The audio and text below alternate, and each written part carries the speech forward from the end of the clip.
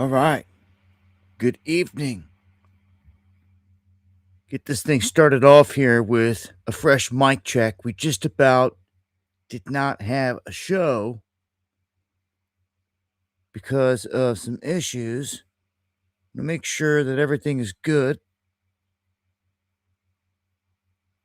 So, check the 5x5s here in the chat. Much love to everybody on D Live and YouTube. All right, TGIF. Hope you're having a good Friday. Thank you for the feedback there, real quick. So I'm guessing the music played through. It didn't show me on my end, but I didn't see anyone complaining. So I'm guessing that the music played through. A lot of glitching. It wasn't showing me my other screen. I mean, literally, I just got it working as we were firing up. So here we are. Thankfully, it was this or nothing. So I've got I closed a couple things down, but I got a majority of the show here lined up. You're looking at me in Fire to Flame, the backside of our faces and heads, standing behind the Most High, as he's looking down on the destruction of destroying this place. That's out of an upcoming video I'm going to be dropping. You better get ready for war. Before that, though, I've got another one called Bonnie and Clyde, and it drops tomorrow. And it's more themed on, well, Bonnie and Clyde. And I like it. It's one of my favorites. I've been working hard on it. I added in things into the next one here, going after the enemies. Gonna key in on that whole theme of going after the enemies and all the music from here. And thank you, Skeepy. Thank you, Steely, for the super chats. Yeshua is king indeed. Much love, Steve. Everybody, if you're new to the channel, make sure to sub. Hit that like button if you would. Dabu7@yahoo.com is the email. If you've emailed me here recently, though, I will say I had to clear it out the other day, a bunch, just for it to work for me to get any, because I stopped getting emails. And they were like, oh, you got to spend money or go deleting a bunch of stuff. So I had to spend a lot of time deleting a bunch of page after page. And it was the only way to do it. But hopefully I've got it cleared up enough now where we're good. Again, thank you for the super chats, guys. And thank you for any PayPals, any coffees. All prayers are all appreciated here at 808.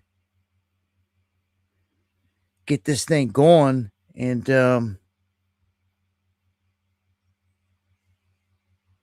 it wasn't showing me any audio, but it shows it's on, but it wasn't lighting up when I was running the music. So if I go to play a video here at some point, it's going to be a test as well, just to make sure that we've got some good audio. Well, see if we got any here. Doubt it. This is just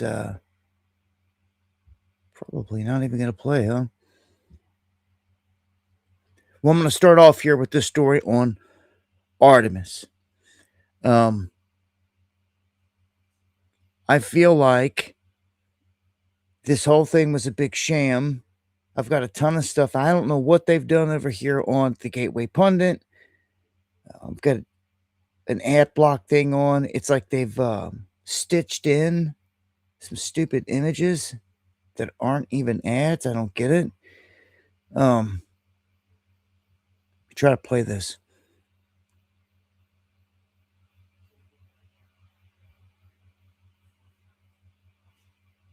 I don't think it's got any audio. So what this is showing is this whole Artemis mission's flight. And like right now, they're supposed to be right about here, going out and around the moon, going around it, and then coming back. So let's see it. Like, you should literally be able to see this. Last night I was looking up at the bright moon out there, And when I get over to my X feed and pull it up here in a minute, we're going to look at several different clips that just kind of like destroy the whole narrative of them taking off. Literally, there was a pod leaving the capsule, floating away. That it's pretty crazy. Not to mention, as soon as I seen it hooking off over the horizon and not going straight up, that was a huge red flag. Other people seen it as well. And as I said last time, they were cutting the feed away to a CGI screen. That should never happen. Then you've got one of the astronauts saying that we're going to get into this right as we get outside of the moon, we're going to come into this area where there's no signal. Like, it's so much. They even have a hard time saying these lies. You can like see it in their face. Like some of these people were not cut out for it. They weren't cut out for the lying part. They may be cut out to be astronauts or what they thought was astronaut, but not spitting these lies out. And they suck at it. I still haven't seen any proof that we're up there. I mean, you should be able to literally look up around the moon and see this thing somewhere up there traversing the skies. If you don't see that, we're being lied to. You understand? It's very, very simple. If we don't see that and no one captures a single shot, we're being lied to. Very, very easy to see. Now, why would that be? Opens up a whole nother can of worms. We're so lied to. Especially when you got never a straight answer. NASA running things. And the Elon Musk, that doesn't really have any truth in him anyway.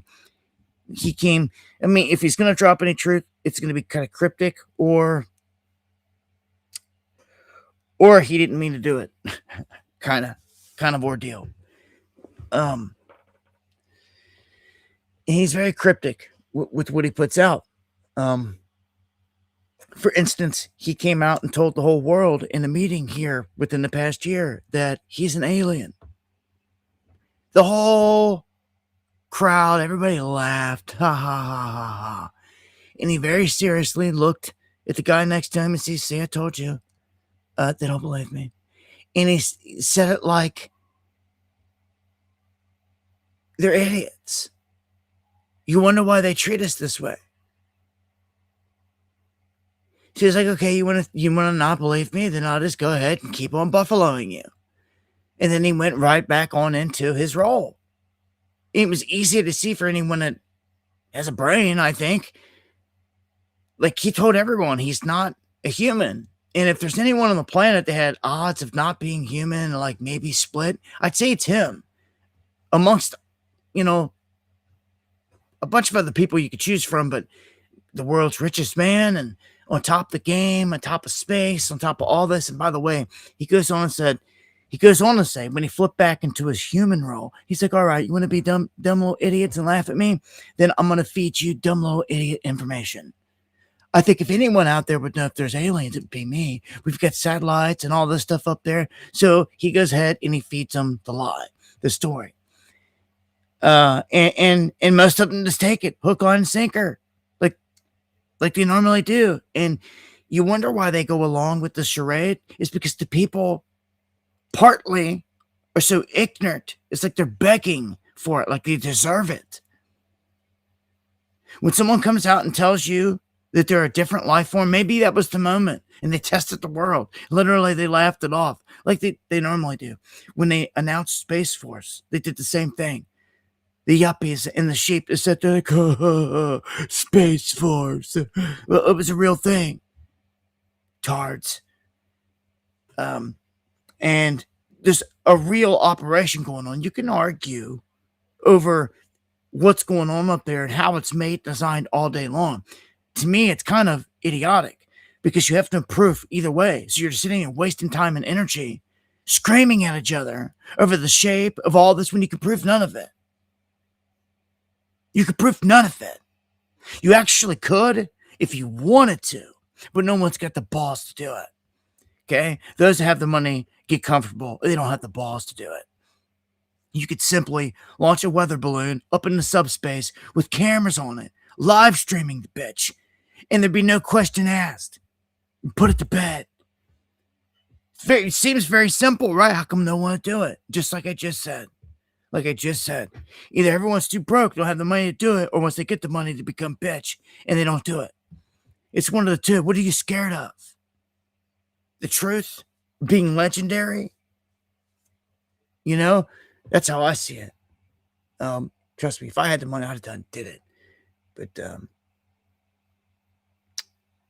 again, if you have a backyard telescope and any inkling of where this thing should be at the current moment, you should be able to look up in the sky and be like, all right, it should be right there. Like somewhere in the sky around that freaking moon. And if it's not, with clear skies, Houston, we have a problem. So, again, when I get to my feed, we're going to go over some anomalous things that's going to, like, why are all these things happening that are leaning toward it's fraudulent than just not a straight up in the air rocket ship going straight up in the air into space. But again, this is what they're going to tell you. They're going to say that they have to swing around the planet all these times and get this motion to get launched out there. Okay, which theoretically sounds on the surface like it's plausible, right? But to me, it's their weak excuse to explain why you see the ship not going straight up. It's me. It's not even going off like they're saying. It's not even going off at like a 110-degree angle or something like that. It's not even doing that. It's like hooking over in like into the ocean, like is what it looks like every time. But maybe in the next couple years, we can start to assemble a team of people in different places that has eyes on these things, and we can start to track it. It's the only way that I know to bypass all this crap. Again, I'll come back around to this on the feed. Let's jump into some other news. Oh, who cares says, and thank you for getting my attention. There, a guy from an observatory, I don't know where, tried to find the ship on a clear night last night with no success.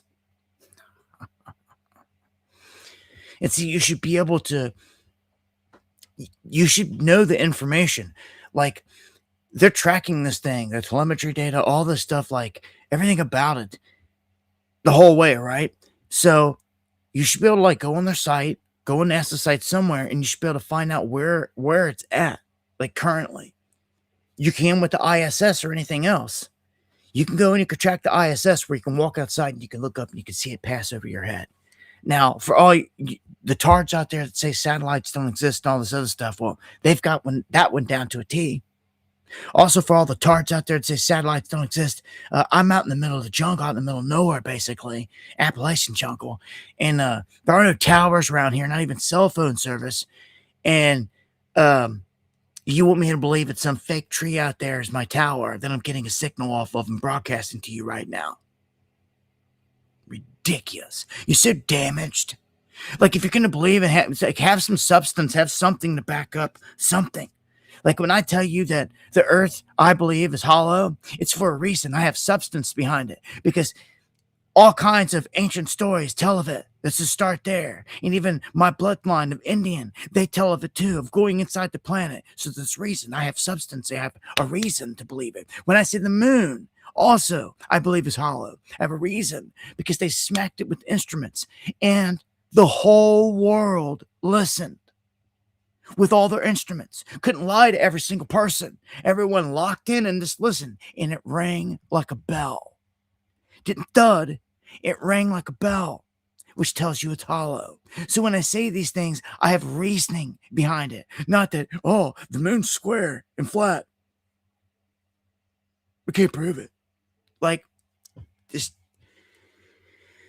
again, some of these things have been psyops and people show how badly damaged have been. I know we're lied to and we don't have all the answers, but man, it gets embarrassing and you discredit any inkling of what I might have been like leading you, when you're over here saying this is fake and that's fake and everything's fake. Like, well, go shatter the TV screen up there if that's the case, like Kong did in the movie. Could do it. Again, you won't do nothing, can't do nothing, can't prove nothing. If that's how you say it's designed. We're lied to, but come with some substance and proof. I've asked this before, and still waiting. Always open to all of it. But again, I put out things you could do to prove this one way or another. A freaking weather balloon up into subspace, loaded with cameras, going live. You can't beat it. Can't beat it.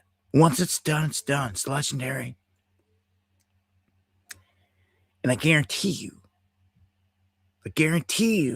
when the right people do it, you'll have some treats that you come upon. Be very interesting. I can't wait. Anything they don't have their mitts on, they can't center, all that crap is very interesting. So if there's a big hole up there in the North Pole in the ocean, we're gonna see it. If this bitch is flat, we're gonna see it, right? All of it. If it's a dome, we're gonna see it. All of it, we're gonna see it, right? And there's no more argument. You gotta see people out there hating each other over these little details. Let me tell you something. You fell victim right into their trap. You did exactly what they wanted you to do. Just be able to openly be able to disagree on things out in the open. That's a collective minds in a think tank work. They bounce ideas off of each other left and right. If they weren't able to do that, they wouldn't achieve the success that they achieve. If they were to sit there and argue because of the very first thing they couldn't see eye to eye on, it's over. But yet that's what half the people out here do. And you wonder why we're in a critical mess. Anyway, the past. Well, the past is the past. As far as I can see, there's no turning back. There's no changing it. All you could do is live in the present, hope for the best, plan for the future, and learn from the mistakes. This next one I have lined up here talks about the post office.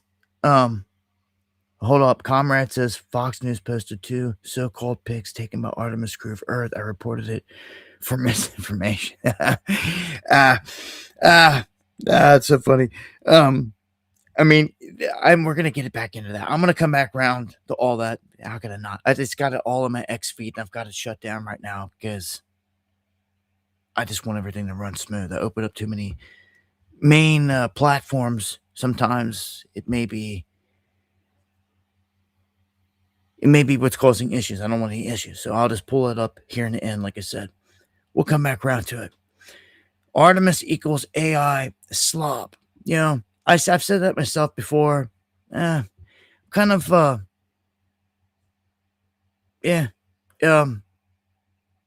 get to get hung up on this forever. I'm going to move on here. Come back around to it here in the end. Post office needs to privatize. I agree. I'm not going to spend too much time on it. I can't tell you how many issues I've had with things getting shipped and mailed. Trump has yanked a majority of all the funding. And as I'm going to show you here tonight, because he wants to support trillions or whatever, he needs money to go to war and do all these things. He's yanking it from all these places. That's going to crush us. It's going to absolutely crush us. And I'm going to show you. I'm going to go down the list. And there is no excuse. It's happening. They're doing it. And, make my way to it. Here, U.S. apartment rents post the largest annual decline since 2017. So that's before lockdowns. So the median rent was down, but they say the openings stay there as well. Like, people can't afford it. Like, what's happening here? They were expecting it to be stronger, but it's not. Because they were trying to force people into renting. running you out of a home and then forcing you to have to rent. That was the whole idea here. But they're like, what's happening? If people aren't renting, where are they at? It's because I'm gonna tell you, people are coming up with other ways. People are moving into RVs, people are moving into vehicles and vans and parking them on someone's property or in a location. And that's happening large scale, very large scale. And people will do that in a heartbeat before they're technically, I mean, they are technically homeless at that point. Technically, they're without a home. But if you're living in the car's your home, right? And it's a roof over your head rather than nothing. So if you've got kids, if you've got anything, family, you need to keep out of the weather and in a safe place rather than just out in the elements inside of a vehicle is what it's coming down to. And I mean, when you can make it work, when you can live in the right environment out of a vehicle, people are doing it more and more. The RV thing blowing up. Um, it's sad, big time, because this country's getting wasted right in front of us. And it's your commander in chief, or Chump, that's doing all this. It's not just him; it's the whole deep state that he's a part of. It's the whole beast doing this. So we've been waiting on some situations with the banks. Well, the bank runs begin, but it's in the private sector, private credit banks. So for most people, since it's not a big name bank, they're like, oh well, they turn a cheek and go the other way. But they're idiots not seeing the writing on the wall. This is where it all begins. The first dominoes that drop. They've just been waiting for this. And this will spill over into the next bank, and they will just go. And again, because it's not Bank of America or Chase Bank or whatever it's affected, they're like, oh, it ain't my bank. It ain't affecting it. They don't care. Well, that attitude is going to bite America in the ass harder than if it's ever been bitten. Because they just turn a cheek to everything. Oh, it's not my problem. I'm blasé about everything. Let them deal with it. Everything. Well, I'll tell you, the not getting up and doing anything and just sitting there docile, it's over. Like, you either resort to getting put into the streets or you get up and you start to organize and do something.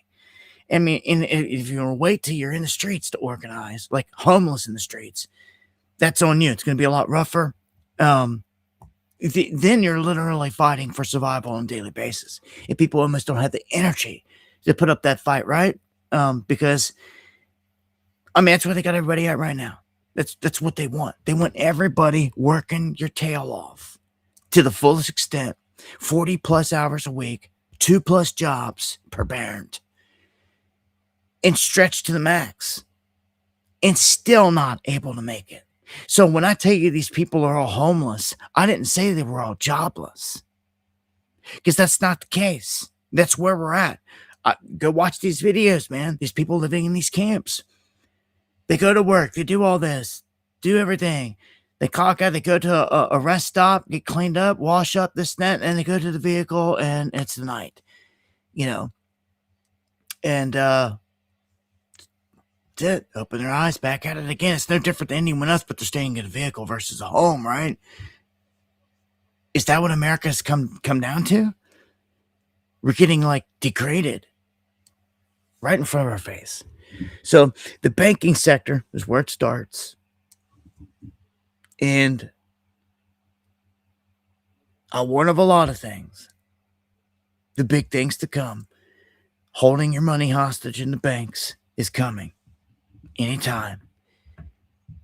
And everything's kind of like right on cue here. What's this one say? New warning sign. Ha. Not new to us. Not to us around here. We've known about this. This was our warning years ago. Years ago now. I might have echoed it last week, the week before, this and that, like I echo all the warnings, but the warnings are over. Told you, like, get your money out of the 401k. To me, if you haven't done it by now, you just are not going to do it. And like, you're going to get hit in the taking, the great taking. that's coming. And see, what's been happening is they've been buffaloing people with news, like hitting them out, stock market rebounded and this and that, but it's been dumping off dramatically. I've been showing over in the red, like in the trillions every day.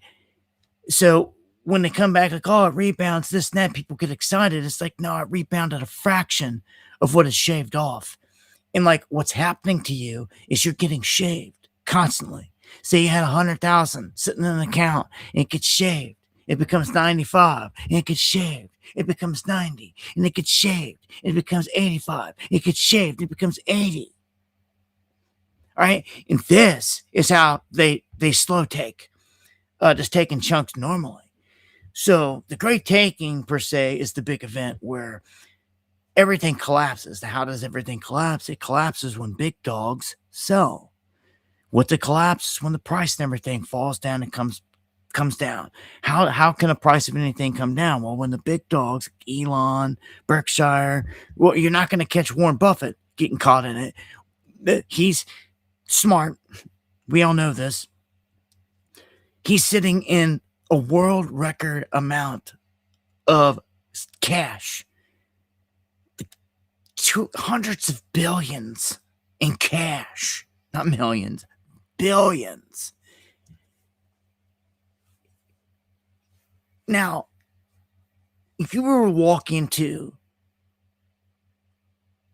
a room, and the room had all these intelligent people in it doing their thing, and it's one big market, and everyone makes money off the market, and that's the way it always goes. But you see one of the smartest guys in the game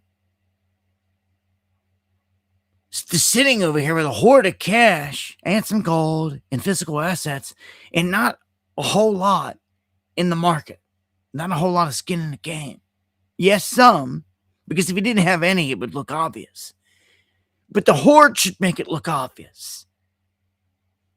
It does to me. This man is not going to get hit in what's about to happen because he's smart and he knows. Now, some other people, most people out there, they're not in the know. They're not part of the club. But when you see this happen, that is your signal. You may not get any other warning. You've got to watch what they're doing. You'll tell them by their fruits, man, their actions. So if you wait till Elon's posting, oh yeah, just sold like 20% of Tesla, like you're done then. Because like, first off, I doubt they even tweet any of that. What they'll be tweeting on the back end is that they bought the dip and try to save anything coming down. That's how they'll play this whole thing. And you should buy dips. Problem is no one's going to have money to buy a dip here because everything in your 401k is going to be gone. Okay, you're not going to be able to sell it because triggers are going to hit, but this is how it always works. The rich, the guys on the back end, their sales will go through because they're the initial sell. And it'll be massive. It'll be massive, and it will spark a trigger, a halt. You understand? A halt. But it doesn't matter to them because there's already went through. All that halt's going to do is stop all the lemmings from being able to make a move.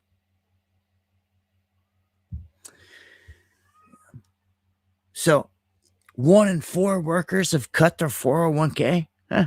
At least some are listening or getting the hint out there. Better than something than nothing. Because I hear people say, well, then what will I draw off of to survive off of every month? Well, like you draw it out of your freaking safe, underneath your mattress, or wherever. Bank, straight up for now. I mean, or take it out of the bank. People like can't seem to grasp the idea that if they act like if they pull the 401k out, like you're not going to have anything to survive off of. Well, yeah, you are. You just took it out. It's the same thing. What is the difference in someone else holding it for you and you holding it? Aren't you responsible enough to hold your own freaking money? Like, letting someone else hold it just allows them to steal it. And people are going to find out the hard way. I've warned about this forever. I'm just glad to see that at least A quarter of the population is responding. A little late, but hey, it depends on what you're in, right? If you're in certain stocks and things like that, they could be on a tear right now. They could be at a peak. And like war stocks, even though they've dumped out. Um, See, guys are cashing out on top right now. They see this, they know. Um, this is the time when guys that are heavy in war stocks and have been in it for years, it's hitting its peak, even though the war's not done. But they're going to cash out somewhere, and like right now, would be a good spot for them. Regardless if it goes on another 3 or 6 months, this would be a good safe territory to cash out on top before it starts, because someone's going to do it. And once one guy does it, the market starts to taper over, and then another and another and another, and then it comes down. So in this process, gold has pulled back.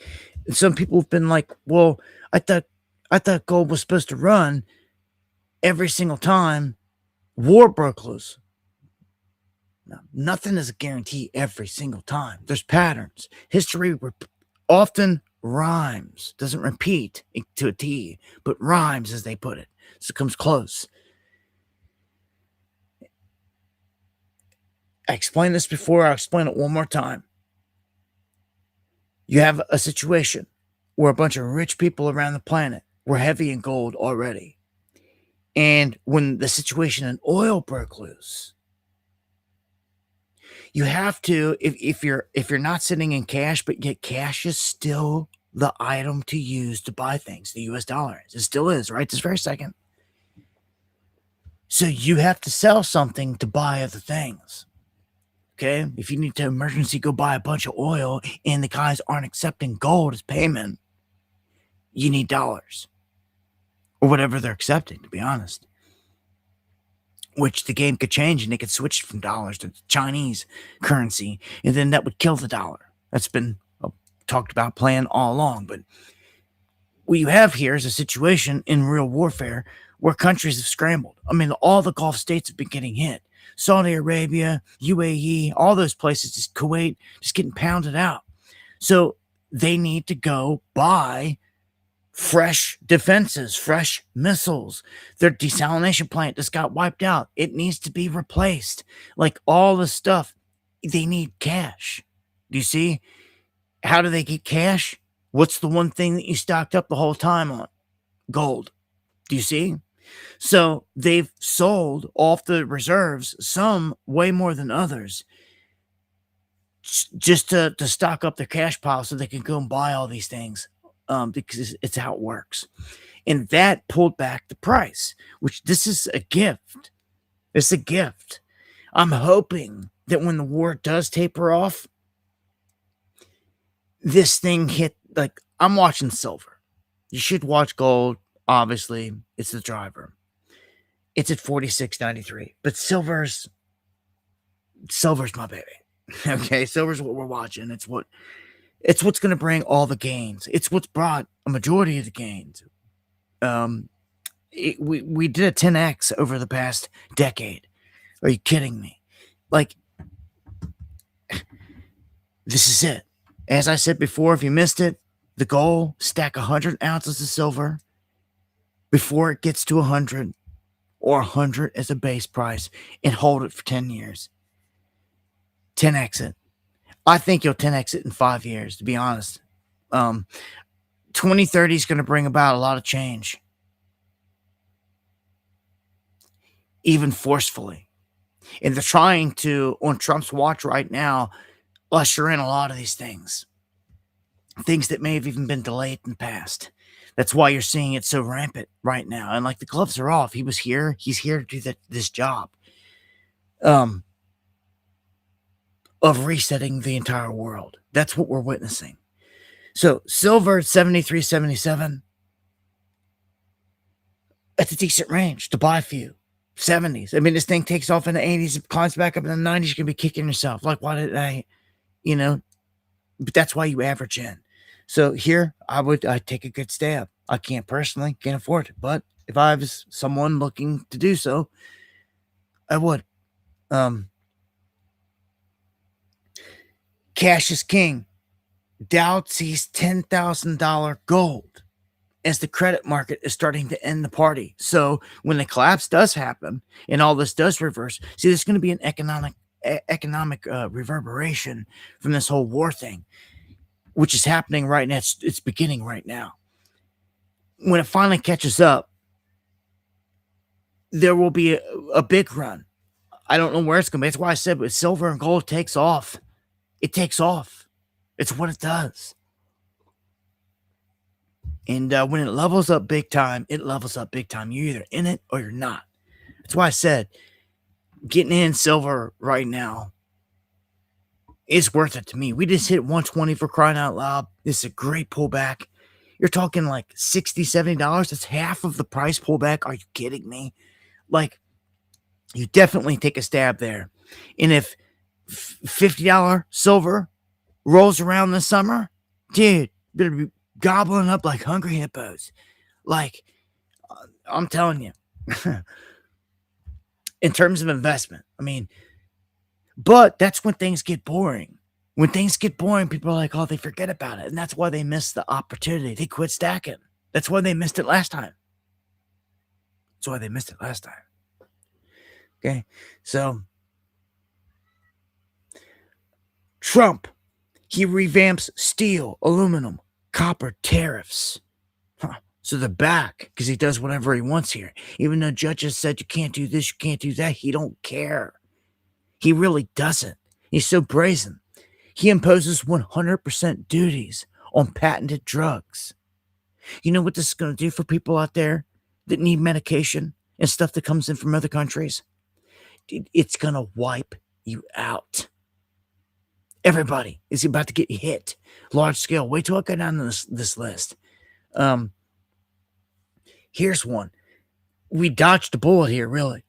Colonial Pipeline that runs down through our East Coast and through Georgia. It somehow gets damaged in the mix of all this stuff. And let me tell you, if this thing goes down, like right where it went down at a crossroad spot, it can cripple this place. They fixed it within 24 hours, quick, which was kind of surprising, but I'm glad because it could have really crippled a lot of stuff. This pipeline goes down on top of everything else. So you're talking the refinery in Port Arthur gets blown up after they warn about it on social media that they're going to do it, and then it all goes dark. Mainstream not saying nothing about it. All the targeting's begun. Remember, Massachusetts just got hit with a cyber attack. All their police stations, hospitals, everything, lines down, hit. Like, it's going down, man. It's begun. We got to watch it. So when I see things like this, man, like just this article, if they're watching the mainstream, maybe they weren't targeting the Colonial. Maybe they are now. Because like, oh shit, there's a huge, do we blow that thing up? We can like sever the whole East Coast. You see, they say that to themselves and then they're out there and they start plotting. It's not good. It runs all the way down to Texas to freaking New York. Imagine if it did go up, rupture, one big explosion. I mean, are you kidding me? I'm for real. I don't know if there's ever been an explosion that big. Running that many states, that'd be nuts. Kathleen, thank you for the super chat and the support. I need to get me a fresh copper cup too. That everyone should. You should have a good copper cup to drink out of, and even having copper bracelets and stuff like that. There's a reason for it. It helps with blood flow, and copper's just got its own magical properties. It's not like you're just wearing it for jewelry. You're wearing it for a physical property, a magical, medicinal property. I mean, copper has an antibacterial property. You can't explain it or this and that. Like, I mean, it's God-given, man. He put certain characteristics in these things, man. You got to utilize them to your advantage. That's why putting copper in your garden does the same thing. There's good things, man. When it comes to some of this stuff, you got to realize it and start to utilize it, I believe, instead of drinking out of other things, it would be best to drink out of a copper cup. Um, on to the next. Gulf Energy shocked because they're getting blasted. And this spreads to the plastic world, and it's going to spread to absolutely everything else. This is just the beginning. A shockwave takes time. You know, you could see the mushroom cloud in the distance, but then it takes a couple seconds, right? It takes a little bit before, boom, the shockwave hits you. You see? So we see everything unfolding. We see the whole Strait of Hormuz, everything unfolding, like the bomb going off. But the shockwave is yet to really hit us. And it's about to. And this thing's just getting going. It's just like COVID. They come out and said, oh, a week or two, nuh-uh. Trump keeps trying to come out and say, oh, it's just about over. It's just about over. But then his very next speech, oh, a few more weeks, jerking the chain. And I can't stand it. I can't stand him. I can't stand to sit here and watch our country get destroyed by design and no one step up to it. We just got to educate people to what's really going on here to the best of our ability at this point. I don't know what else to say. I'm willing to gather in the streets and everything else. No one else ever seems to have an idea or a plan. I'm down, though. Email me if you got anything popping. Lone Warrior in the house, my brother. I hope I can shake your hand before this is all said and done, brother. Much love. I hope all has been well in the daily battles.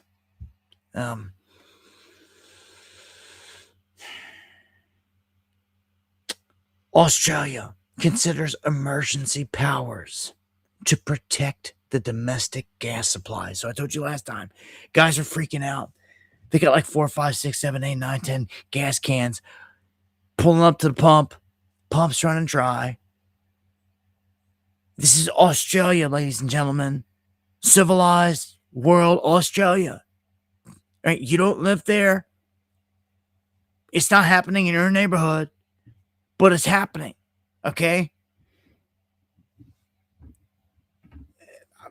People all too often ignore these things, man, but like this time you cannot ignore this. When you see places like this getting hit, we are no different.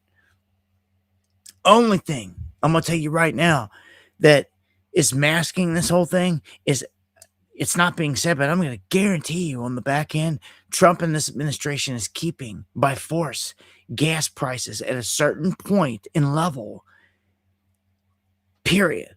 Right? Just because. They throttle and control everything anyway. How could they not? Why would they not? It's to their advantage because to me, this stuff, if you look around global, how it's going down, the reflection, we should be paying like through the nose already, like well past $5 a gallon, like everybody hit. That will cause backlash though that they don't want to deal with right now. They want to just focus on the war. Then if they can just mitigate the damage by keeping the price there, they will. But look around you. Look outside of your cage. Look at the rest of the world. Damn it. And you see what's really going on. And it's not good everywhere. So Australia, go to Thailand. They're rationing the gas. Emergency orders. Same thing. All throughout the islands, Australia, all through Indonesia, the whole freaking area. Emergencies, guys. Emergencies. Okay? What's the next one say? I tried to cover this today in the video that I put out trying to emphasize all this. South Korea tells its citizens to conserve every drop of gas you can. Now, hold on a second. What is happening? Listen what he says. President South Korea says the current crisis is not a passing shower that quickly subsides. Get this through your head. For anyone out there listening to Trump saying, "Oh, it's about over. It's about over." Bullshit. No, it's not. Um,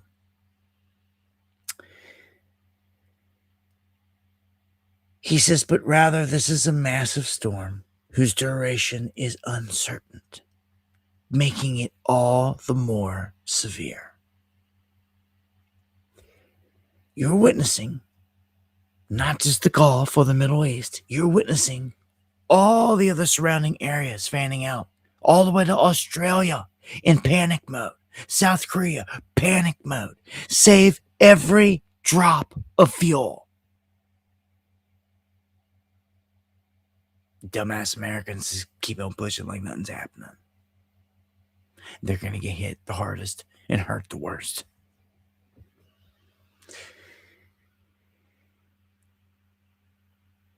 The rest of the world is locking down on energy. Dumbass Americans just going about their business. They have to get smacked hard by the Mack truck. Oh, yeah, they are. Again, we see this coming every step of the way. We call it out. Doesn't matter. It really only matters to those of you that can hear me. The rest of the world can't hear me. And even if they could, most of them won't do anything anyway. It's just the way that it is. We've been sitting here trying to prepare people for years and years and years and years, and I'm a testament to it. Very few do anything.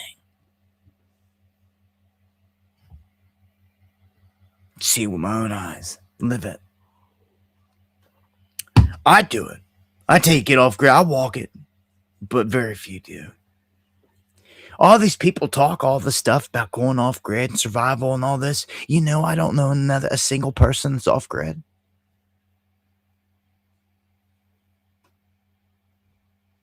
You just stop and think about that. Well, people just talk shit.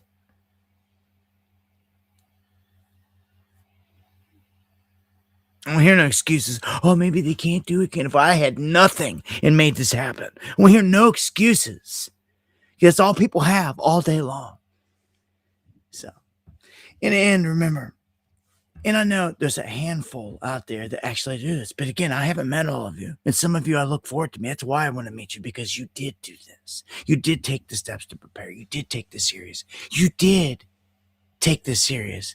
You didn't do it just for yourself, like me. You did it for your family and your friends and those around you, which is, I salute you. While other people chicken out here and just leave their family and friends to deal with all this. When they should be the men stepping up to do something. But it takes a real man to do all this. That's right. Or woman. Say man all the time, but I mean courageous person. Even more so with the woman going against the grain.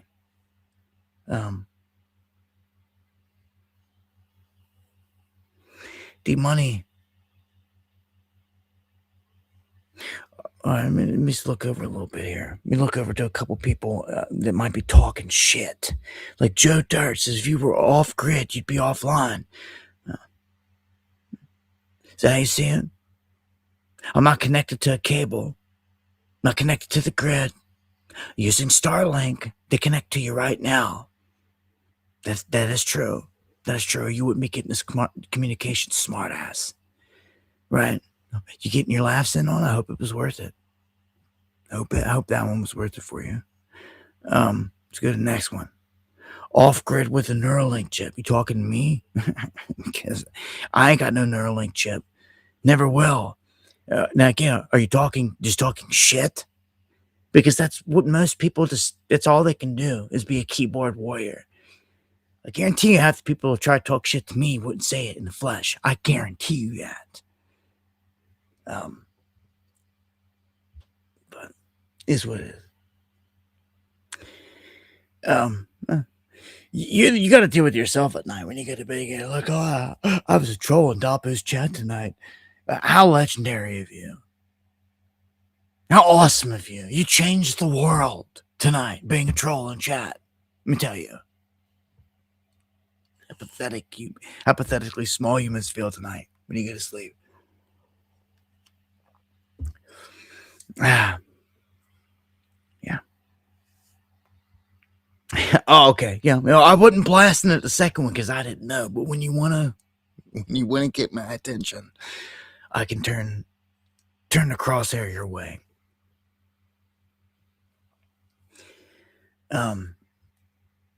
Look, we nothing but peace and love around here. People want to come up disrespecting, running their chops, they can just get the band hammer. All right. Any of you guys live in Illinois?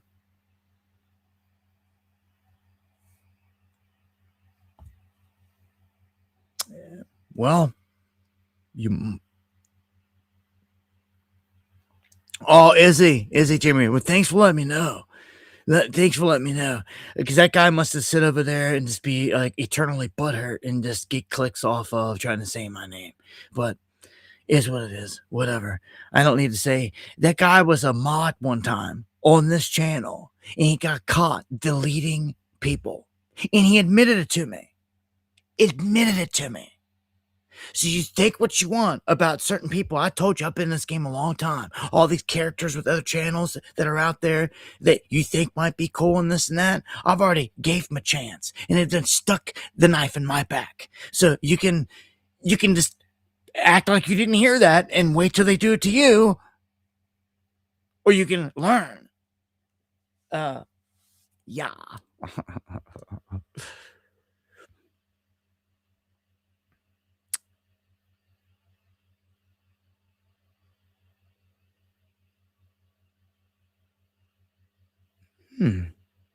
Extra Jay from the bill. Much love, Jay. All right, I didn't see anybody chime in. They were from Illinois. All right, New Lenox, Illinois is here. All right, there you go. Okay, much love, big dog. You got this coming to your backyard. They're trying to put a nuclear reactor in the earth. I don't know how this is gonna go. It just makes me think of a disaster, which is some funny. I just looked down and seen somebody say it's spicy in here tonight. Like, look, I'm laughing. I'm having fun with it. Like, you know what I'm saying? Like, ain't ruining my night. Look, I just bust out the band hammer and it's a satisfaction, so it doesn't matter to me. But I wanted to drop that on you and let you know, if you're in Illinois, you might want to be a little concerned about having this nuclear stuff getting put in the ground in your backyard. So let's go on to Antarctica. Don't usually see a lot of crazy videos out of there, but we actually have activists on a ship down there, which is surprising. And they're anti-whaling people, activists, which means they got a green light. They're all the way down here by Antarctica. Like, can anybody take their vessel down that close? Well, they ram a fishing vessel, or Norwegian fishing vessel, and it caused chaos. Like, they could have sunk us, and they could have sunk everybody in doing that. They could have killed everybody. It's pretty ballsy, bold moves to ram another boat with yours. But you know, that's what these activists, they were down there to try to make a point. And security. Endurance is a fishing vessel, so you have to stay away from me. We have now deployed a mooring line behind our boat to 200 meters to protect vessel and the crew from the attack of El Perro. Please stay away.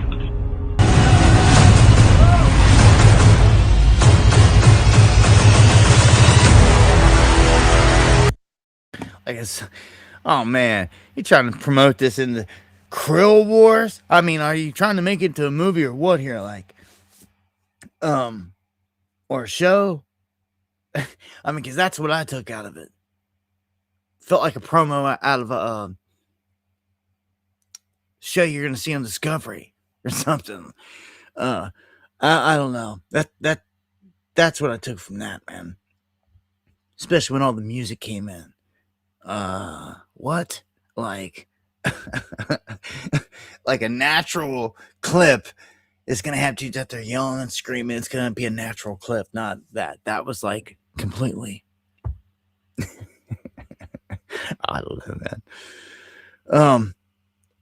Off to this next one. We've got the actor from Bob's Burgers. What is up with tonight, man? Like, I've never heard of this. You guys ever heard of Bob's Burgers? I've never heard of it. Apparently, it's a TV series. And this guy, actor in it, I've never heard of him neither, was injured in this fiery New Hampshire car crash. And the governor assisted in the rescue, which was good. So, I don't see anything about deaths here. Governor Kelly Ayotte was headed to the State House Tuesday when her SUV, which is driven by a New Hampshire state trooper, came upon a serious crash at the Bedford Toll Plaza. The trooper, that's my security, pulled over. We got out of the car, and that trooper, along with bystanders that were at the scene, really went to the rescue of the individual who was in the car and pulled him out of the car. That was so important because it was a very dangerous situation. The fire went up pretty quickly. The governor says the action involved in the rescue was heroic. It just shows what our troopers do every single day, responding to emergency situations. They're on the road 24/7, and it was wonderful to see that emergency response and also to see the bystanders that were there. Yeah, it always is a good thing to see good people in action, man. Like, you'll tell them by their fruits. You just never know, man. You have 1,000 people there, but who's the hero that's going to get up and go running toward the disaster? There's very few, but those are the heroes, man. The ones that go running toward the action. When everyone else is running the other way. Now, it brings back memories, man. Not to say that, like, I'm some kind of hero, I'm not, or anything, but I've found myself kind of in that situation before, running toward the action when everyone else is running the other way. It's like, are you sure you should be going this way? Like, your conscience is telling you, but you're just full steam right toward the action. And as a journalist, that was me with Eric years ago in DC. Bombs, like repercussive bombs were going off. Huge, loud. Never heard them so loud in my life in the city. We didn't know what was happening. And like, we just took off running like some gazelles through this field toward the action. And like, people are like, the whole horde is coming at us, like out of a movie. Like, people tripping and falling and dying and bodies going down. And we're like weaving in and out of these people. And then when you get to a certain point, the crowd passes you and you hit an opening. And then you start to see what's ahead. And all we could see was smoke. And again, you're just blindly running into whatever it is. Because, I don't know, that's where the action is. Whether you're a first responder, you're military, whether you're a journalist, someone like that, I don't know. It's like it was like built into me to, like, I didn't even think twice, man. Like, I didn't even like, oh, well, what if there's more bombs up here and you die? It's like, it didn't matter. Like, none of that mattered. Like, that's out the window. And I was surprised when I looked over and I saw Eric right next to me. And I haven't seen Eric in years. I hope he's alive. I hope he's out there somewhere. But he earned stripes that day with me, because I didn't say, "Come on, let's go." I didn't. There wasn't time for none of that. Like, we were with a whole group of people. None of them were with us. Not a single one. And I thought I was by myself. Like, but I looked over. I'm like, dude, you kept up, bro. Like, you're here. And like, there wasn't much time for chit chat. Like, we were. Get the cameras up and rolling, get around and watching our surroundings, getting gas masks on and all this other stuff. It's like a war zone, man. But man, I'll never forget it. You see, I don't know, man. I thrive for those moments. I like, there's a rush, may call it adrenaline rush, or whatever it is. It's that moment. Man, you can't beat it in the streets. You can die, you get hurt, you get injured. Of course, maybe that's what causes the adrenaline rush. you're not going to get it any other way, I guess, you know? But it's in the heat of that moment that, man, that I love. Maybe it's the same, you know, fighter feels it when they get into the cage and this and that. Like, I don't know. It's just that moment. And it reminds me of it. Seeing people go toward it. So I salute anybody that runs to the front line and helps, especially people that have medical, you know, medical skill. Like, not everybody has to go help, but if you've got your nurse, your RN, you've got a background, you know how to stitch someone up, you know how to help someone, like, makes a big difference. Let me tell you something, because on the front lines, there's casualties from both sides, good and bad. There's innocent people that get bricked. There's, I mean, all types of crap.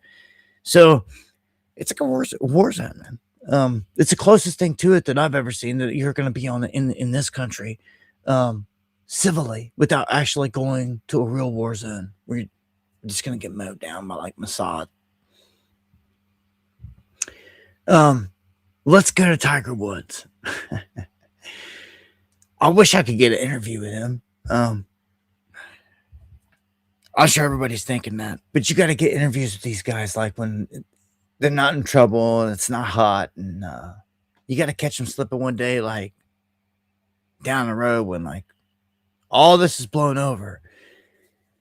So if you don't know, Tiger gets a DUI, rolls a car.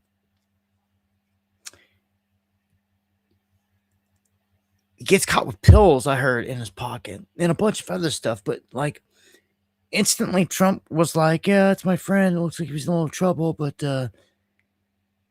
he let it be known it's his buddy, and everybody knows it. Everybody knows Trump loves to golf, and the Tiger is a legend. And they seem to be pretty good buddies, just like Kid Rock and Trump seem to be pretty good buddies. They just are. Will Trump come to his rescue here? I don't see him doing anything right here. People are asking that question. Will he pardon him? I don't see him doing anything right here, but I think he's going to let him go through this, let it take its course. If he was to get put away like for something long time stupid and be in jail, but by the time Trump is making an exit, you know, his last days, he's in there signing all these orders to get people out, pardons. Sure, I could see him getting him out then, but I don't see him getting any kind of time like that. Come on, man. It's Tiger Woods, man. You seen Justin Timberlake here recently. The closest humiliation that they're going to get is like these videos, like I'm going to show you. Or like, you know, when they're drunk or inside in the tank, and like Timberlake was. And not that they're acting all crazy, but that they don't serve any hard time, man. So I'm going to play the clip here. Apparently, when Tiger rolls this thing, he crawls out, and, you know, the police get on him pretty quick, but I didn't know this in the beginning, but he made a statement saying that I was talking with the president. So he tried to say, all right, yeah, Paul, you're saying it right on cue. That's what it's saying on the screen. He's trying to say that he was speaking to the president. When he cried, well, why didn't Trump say any of this? Why did Trump say, yeah, I was on the phone talking to him, man. I heard it just go, you know, that would be wild. Like, you don't think Trump wouldn't give some kind of, I don't think that, man. I think he's lying. And, you know, pull the phone records. Ask the president now. Ask the president straight up. Well, I'm going to run this clip. I mean, no one else got hurt, so I can laugh about it here. It's not even going to play it. I played it last time. It's not even going to play it. Whoever is over at the Gateway Pundit sucks, because whoever's doing these embeds, you're sucking bad because videos ain't playing, and you got some stupid ad thing up of like belly fat and swollen ankles. I don't know what it is. All right, off to AI. This isn't good. if you're a cardiologist, radiologist, any kind of any ologist out there in the medical field, AI is coming for you. It's coming for our jobs. It's really not funny. Look what it says. CEO of the largest public hospital system says he's ready to replace radiologists with AI. Just so quick, replace the people with AI. I can't stand it. Can't stand seeing it. It's disgusting. Past 2030, everyone will look back and you'll see this. That's why I'm making it a point inside all my videos, inside all of our stuff, that to point out the data centers, just like that. Yeah, with Hoodie Ross. It showed data centers. It showed the devil in the data center. I showed it in the music video. People were like, "Oh, why don't you show something with the attacking it?" I did. You're just sitting there running your mouth. I did. I showed the devil in it, and I showed us destroying the data center. What have you done? Okay, so sure did, and I got a lot more than that come. Because now, for the first time ever, I can say that I found a way to utilize AI to our advantage. And maybe some finally get it, because some people out there are like, "Oh, I don't want to do a music video. Too many people don't like it." It's like, why are you being a scared bitch? Like, this is our chance, our one and only chance to tell a story. I can't tell a story and show Jesus coming down out of the clouds, like in the shot, riding with us. I can't do that in any other way. It never happened. It's either happens or it don't. And I'm going to make it all happen. I'm going to speak it all. And I'm going to put it out there to make it come into existence. And I ain't going to be scared. I'm going to use AI to my advantage. And I'm going to tell the story and fight back. And show it. Since nobody else do shit. If you got a problem with that, you can bounce. You understand? You can bounce. Because I don't see you fighting a fight at all. Half these people want to run their mouths. They ain't fighting a fight at all. So I'm going to use it to my advantage. It's going to be a sword that I swing. And you'd be wise to do the same. Also, it opens the door for me to fight a flame. He's in the UK, and much love, my brother. I may never meet him in this life. He's across the pond. So to make a music video with someone I'm never going to meet, one of the only ways I'm going to do it and make these collaborations happen is this way. And you can either see that, because some people are already damaged. There's this, yes, AI is bad. Okay, I seen the same thing when it came through with blockchain. Yeah, blockchain's bad, but it's only bad because it's utilized in the wrong way by the bad people. Because it can be used for good things, you know. It's just like AI. We get back to it. I can see where AI can be good in the medical field, doing certain things, but not just taking over everything and just off making its own decisions. You know, and I don't want an AI bot, as Elon's saying, operating on me. I just don't. You can be the guinea pig, I guess, right now. Maybe after 10 years, you prove to me it's got a good track record and ain't killed nobody and sliced them in half and ripped their organs wide open and got a ton of lawsuits. Maybe then I'll think about it.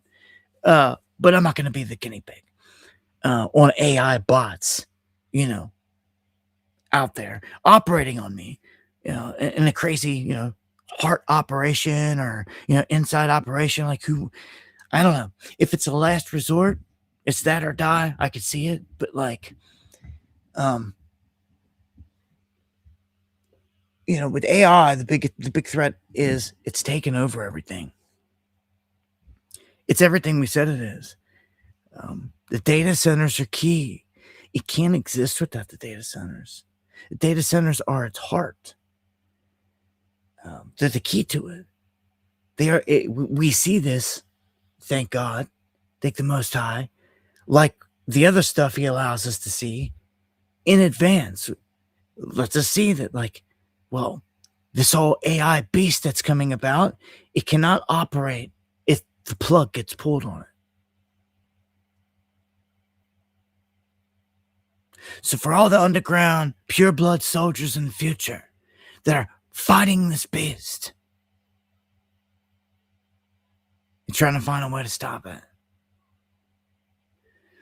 we knew before it ever even got rolled out where the Achilles heel is.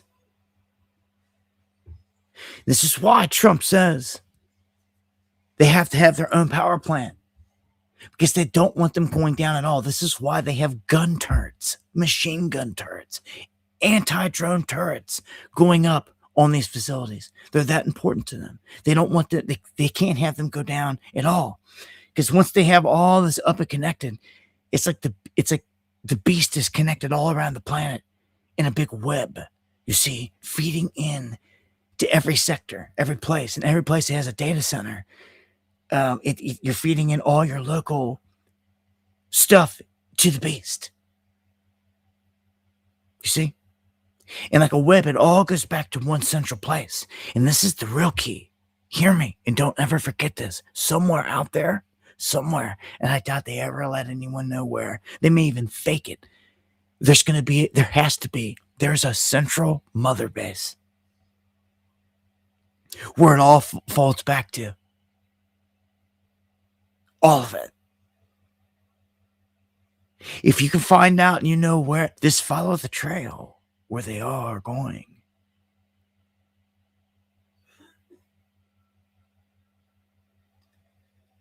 That is the heart of it. It is the dark crystal. And don't you ever forget it. It is true. It is true. Now you know what you're up against, and you know everything.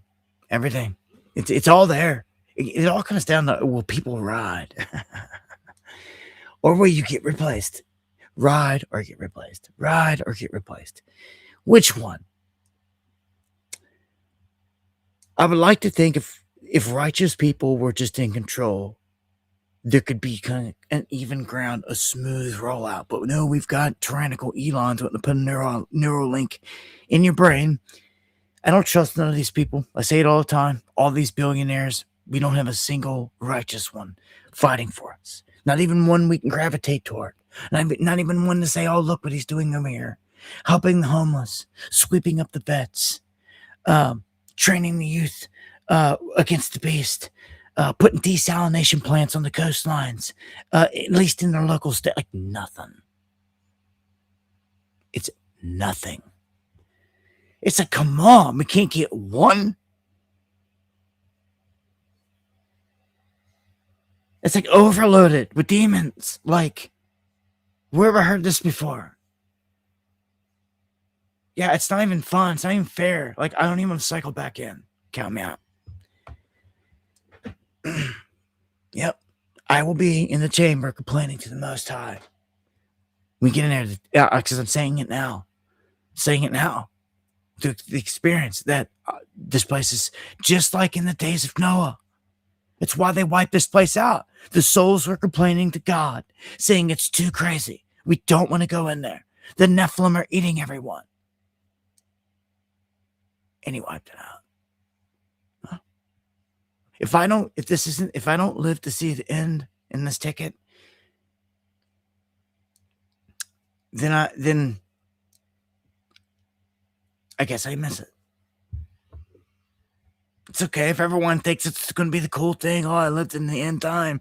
Yeah, it would be. That would, from a soul standpoint, out of all the lives out there you can live, living in the final days. But let me tell you, it's not going to be nothing. You're not going to survive it and last long without being a millionaire, having a true underground bunker, having a huge lifeline of resources in all this. Average people out here on the top get wiped out quick.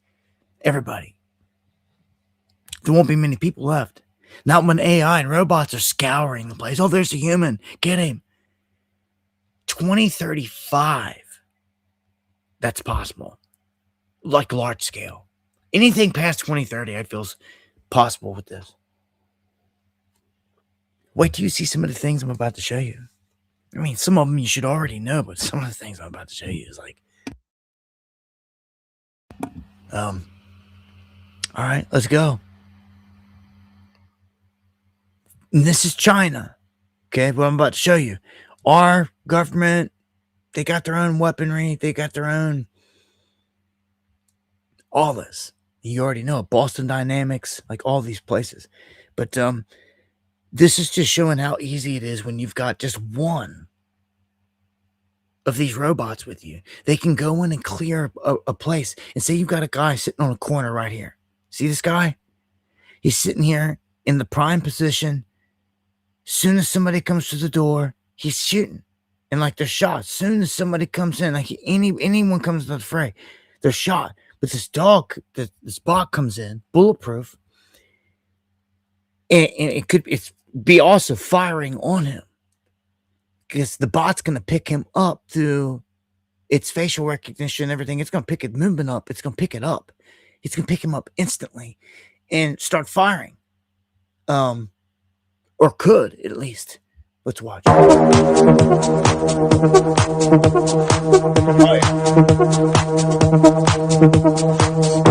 right, enough of the music. But look, boom.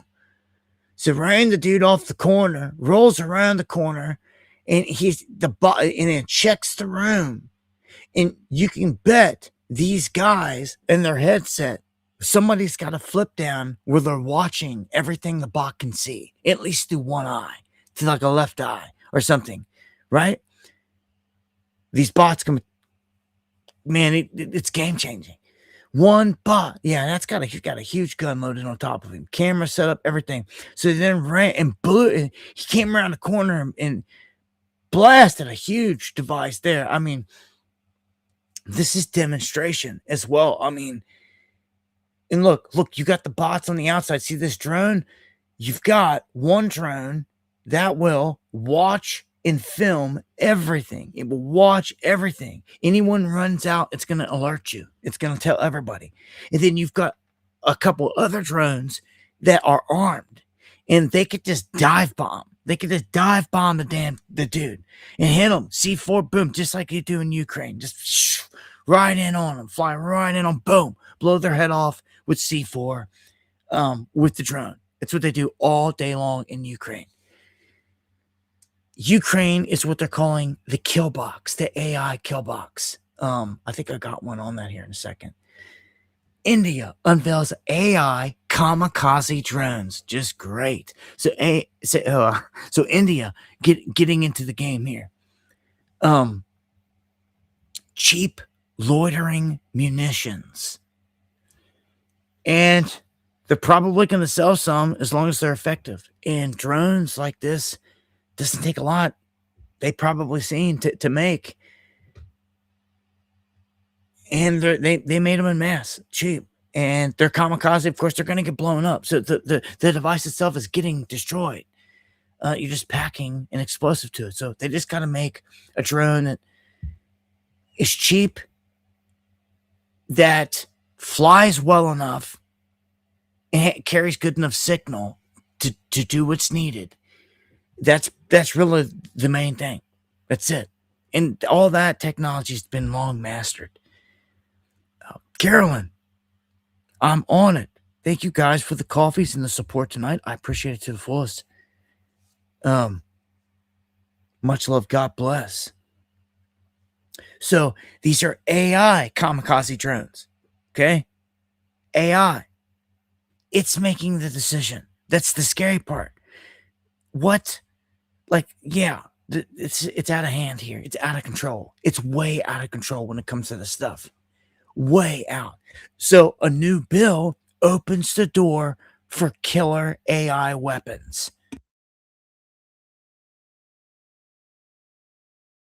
This is a newly introduced U.S. Senate bill. It will allow the military to deploy autonomous, lethal AI systems by granting the Secretary of Defense the authority to override its own restrictions. AI Guardrails Act of 2026. What in the dude? Like, let me tell you something. The legislation places a restriction on autonomous lethal AI systems while granting the Secretary of Defense, Pete Hegseth, the authority to override it under any national security concern, basically saying that if there's any kind of hostage situation with terrorists, they could then weaponize the drone, use a weaponized drone.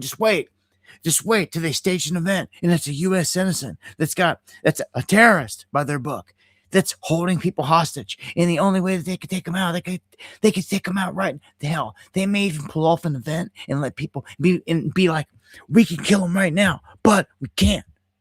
They won't let us. And then all of a sudden hostages get killed.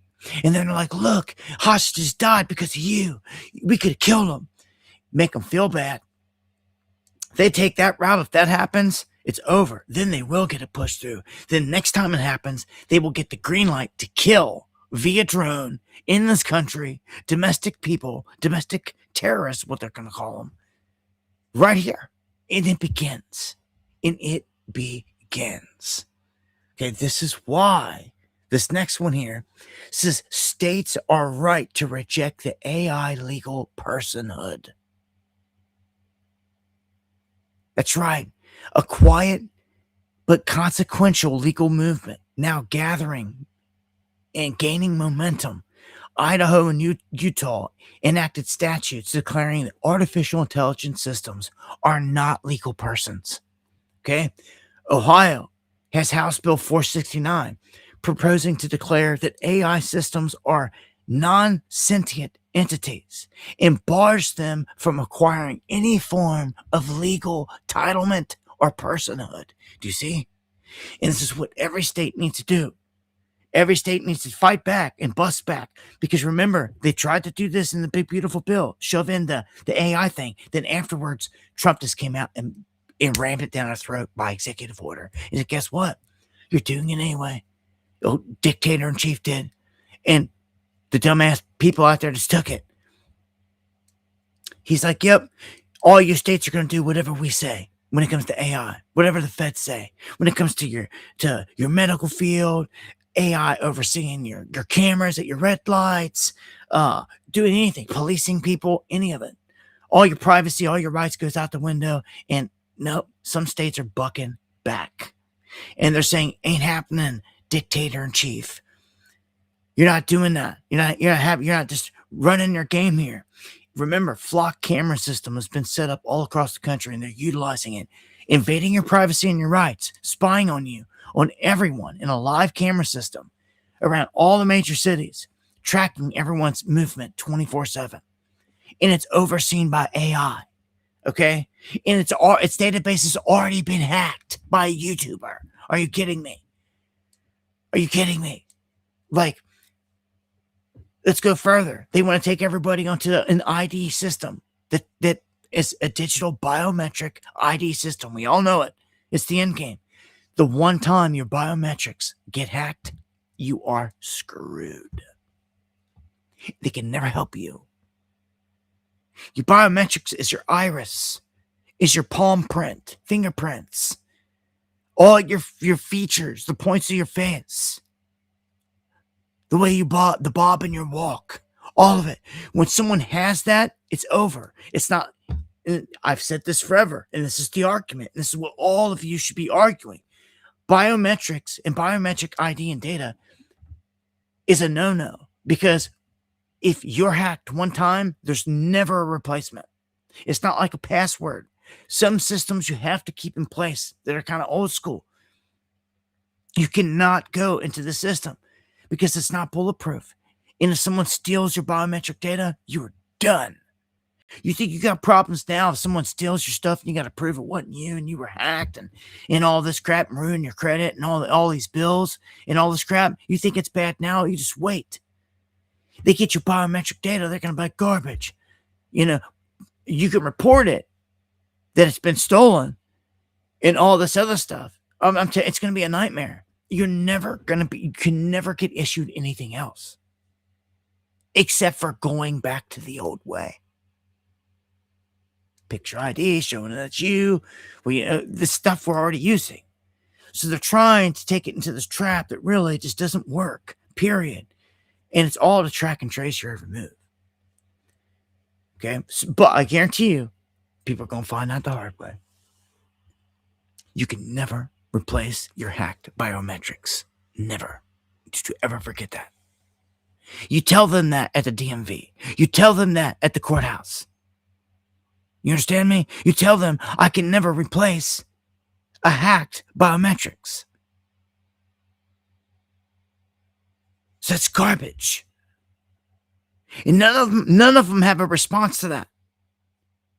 It will be a pathetic one, if anything. None of them will have a legitimate one because there is not one. The legitimate response would be observing the fact that we are right. Hacked one time, you're screwed. Even you, Judge. And maybe it'll take a judge one time getting hacked to prove the point. Who knows? But it's going to have to be proven. And once it's done, it's done. I'm telling you, once they got your bios, it's over. Let's go to an update on Luigi Mangione. You're not going to hear a lot of this or about this over the summer, I don't think. They're pushing the trial back to the fall. So, any big updates come in the meantime, I'll let you know. Let's go on to some Charlie Kirk. President Trump, his beloved Erica Kirk, he tells her she should sue people's asses off that are tainting her name. And people aren't tainting her name. People are out there speaking fact is what they're doing. Meme after meme is showing fact. Facts of our hidden past, even with Trump, into the Mossad, into all of it. It's all fact. That's where it all ends. Is people are just speaking fact. If she had something against somebody, she would have already done it. But she doesn't, because it's all fact. You know, if somebody is lying out there and slandering her with something and this and that, that's one thing. But I'm talking large scale, some of the big things out there. And then it comes down even to the marks on her hands, the brandings and everything. When it comes down to just facts, facts are facts. The problem is some people out there mixing facts with non-facts, and that can get them burnt. And if you're rolling with non-facts against someone like this up here, you see how Trump and them roll? Sue their asses off. Sue their asses off. So, yeah, and I told you about the whole thing recently, about the bullet, if you missed it. And this is huge when it comes to Charlie Kirk. It's really, the buck stops here. You can't get over this hurdle. They tried to bury it, but you couldn't. It circled back around. They tried to ignore it, but they couldn't. Circled back around, and look what it is. This might be the straw that breaks the camel's back. This might be the one thing that breaks this whole thing open. How? Well, I can't see. I mean, they're not perfect, okay? They did not think this out all the way through. Their AI magical ball didn't catch this one. That, what are you going to do about the bullet? How this was never talked about when the whole idea was you're going to blow a hole in his neck with a 30-06 from hundreds of yards out. How were you ever going to explain away where the bullet went? And if it was that it ricocheted, went all inside of his body, and they were happy with that, which is garbage. You should have been able to cut open the body and find a bullet. Meaning, Charlie Kirk's body is evidence right now. And it should be exhumed. It should, I'm serious. There's evidence in there. This is what they're telling us because they told us that the bullet stopped just below at the skin. The skin stopped the bullet or something. Like it stopped right below the skin in the bone. Like right below the skin. It's like, okay, coroner, how many bodies have you done? Slice it open and remove the freaking bullet. Why have you not done this? Because you're guilty. Because the whole thing's a sham. It all comes unraveled right here. Because that magic bullet, when it's not a 30-06, which it cannot be, it will not be. And again, go get Charlie's body. They didn't burn him, right? This is where everything could change right now. And I'm telling you what, if they go back and they burn his body after this, like, dude, like, I don't even know what to say. People just sit there and watch. They never do nothing. You have to get up and people have to take action. Like when you have proof of something, his body by an independent autopsy, I guarantee you, because they're telling us the bullet's still in there, it never came out anywhere. Never came out. Official word said it's still in there. His body's buried with the bullet in it. Dig him up. Are you even going to find Charlie Kirk? What are you going to see? What are you going to find? Even if he was dead, I'm not saying that he's like alive. I'm saying like even if he was dead, and he could be alive, could be dead, whatever. People have all the theories, whatever. But even if he's dead, like they would disappear the real body and like Elvis it, wax dummy it. Because I'm telling you, this is evidence. But like, are they that smart? They apparently didn't even think this out. You couldn't get past the point of the bullet. So all of a sudden, the defense here for the alleged shooter has got the whole case hung on this. Because they're saying, look, if you can't show me a bullet that killed him and connect it to this weapon, our defendant, then he's not guilty. You cannot prove him that he did it beyond a reasonable doubt. You don't even have the evidence. And let me tell you something. They have a case there.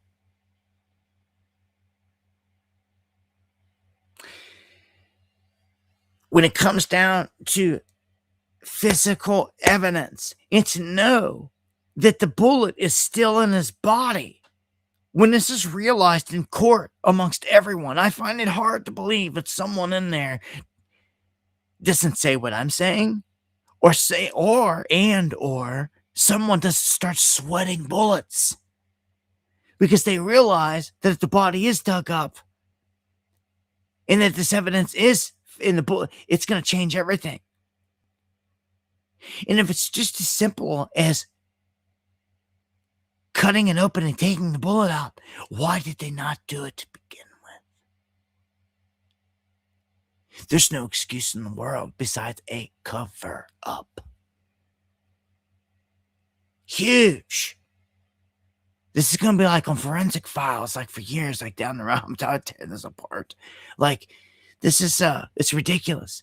But I'm going to tell you, his defense has got a case here in this instance. So I'm pulling it back up. How could they not be doing the same in the courtroom? Ask yourself, and where is Charlie buried? Anybody know? Anybody know where they officially buried Charlie Kirk? I'd like to know, actually. Does anybody know? Let me know in the chat.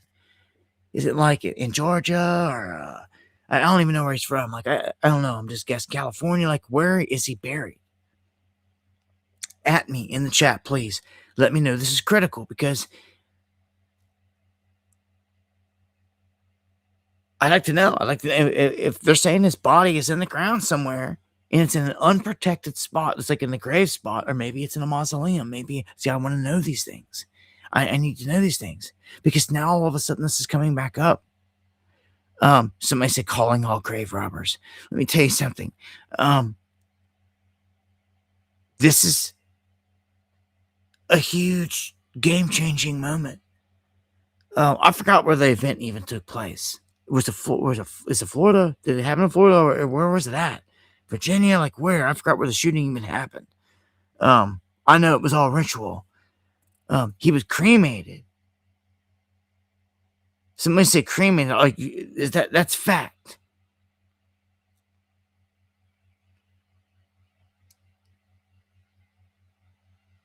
I'm just looking at the chat there. Doesn't seem anybody knows he's on ice still. He's on ice still.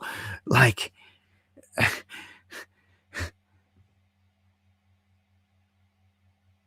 it's in an unknown spot. Oh, it's a mystery. It's a mystery.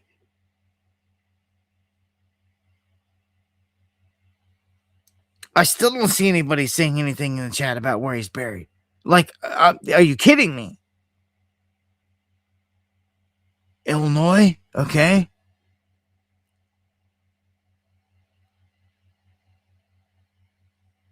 Utah. Okay, we're saying Utah. Okay. See you in Valhalla was the wildest thing to say. Took place in Colorado. Okay, there we go. Saying Charlie was a Mormon. Salt Lake City, Utah.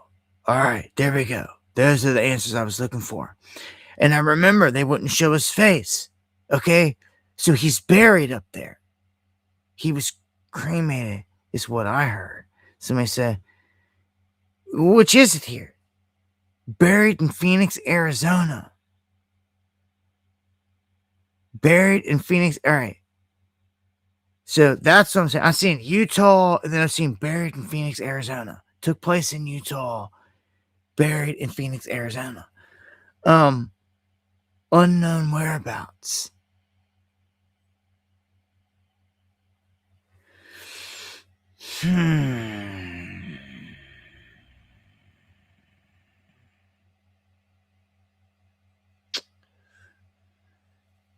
Do you see? If I'm a court, I'm asking all these questions. If I'm an investigator, like I am here, it's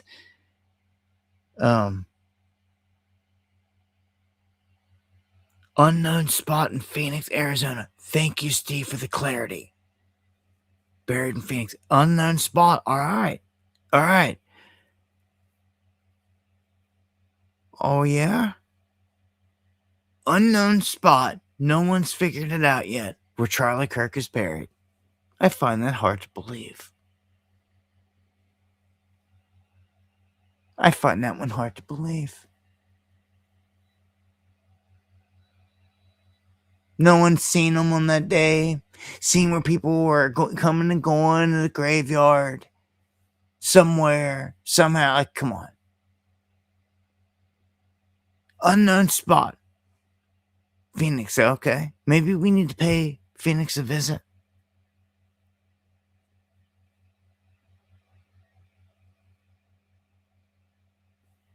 Maybe we should just start with every single cemetery in Phoenix and get a list and start going down the list and rolling out and get it boiled down to a top couple. What do you think about that? And then we pay those places a visit. What do you think about that?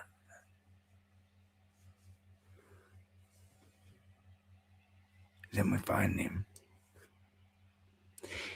Or we find something. Him, whether a body's there or not, I don't know. He fits. Thank you for the PayPal. Much love. God bless. So, this is, so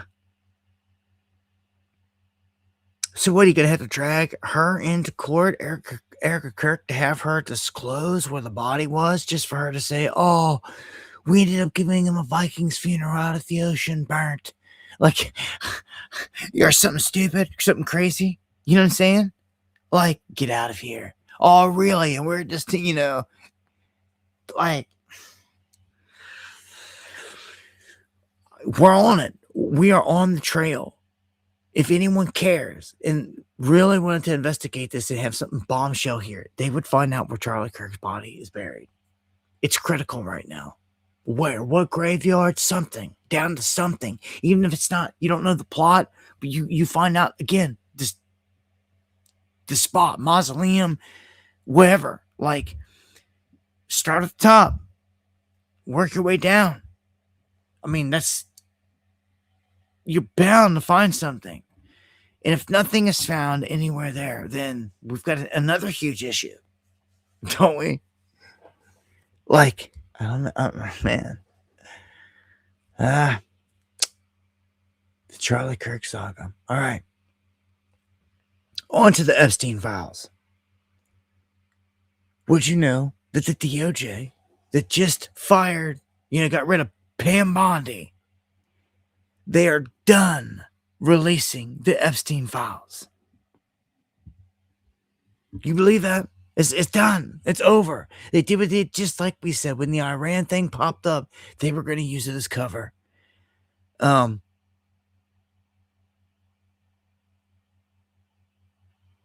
didn't even dump everything that they were supposed to. And apparently, this is Blanche. This is who took over thus far for Bondi. And it may be Lee Zeldin that takes the spot ultimately in the end, but we'll run this. Absolutely did. Now, the Epstein files, you'd agree, not handled well?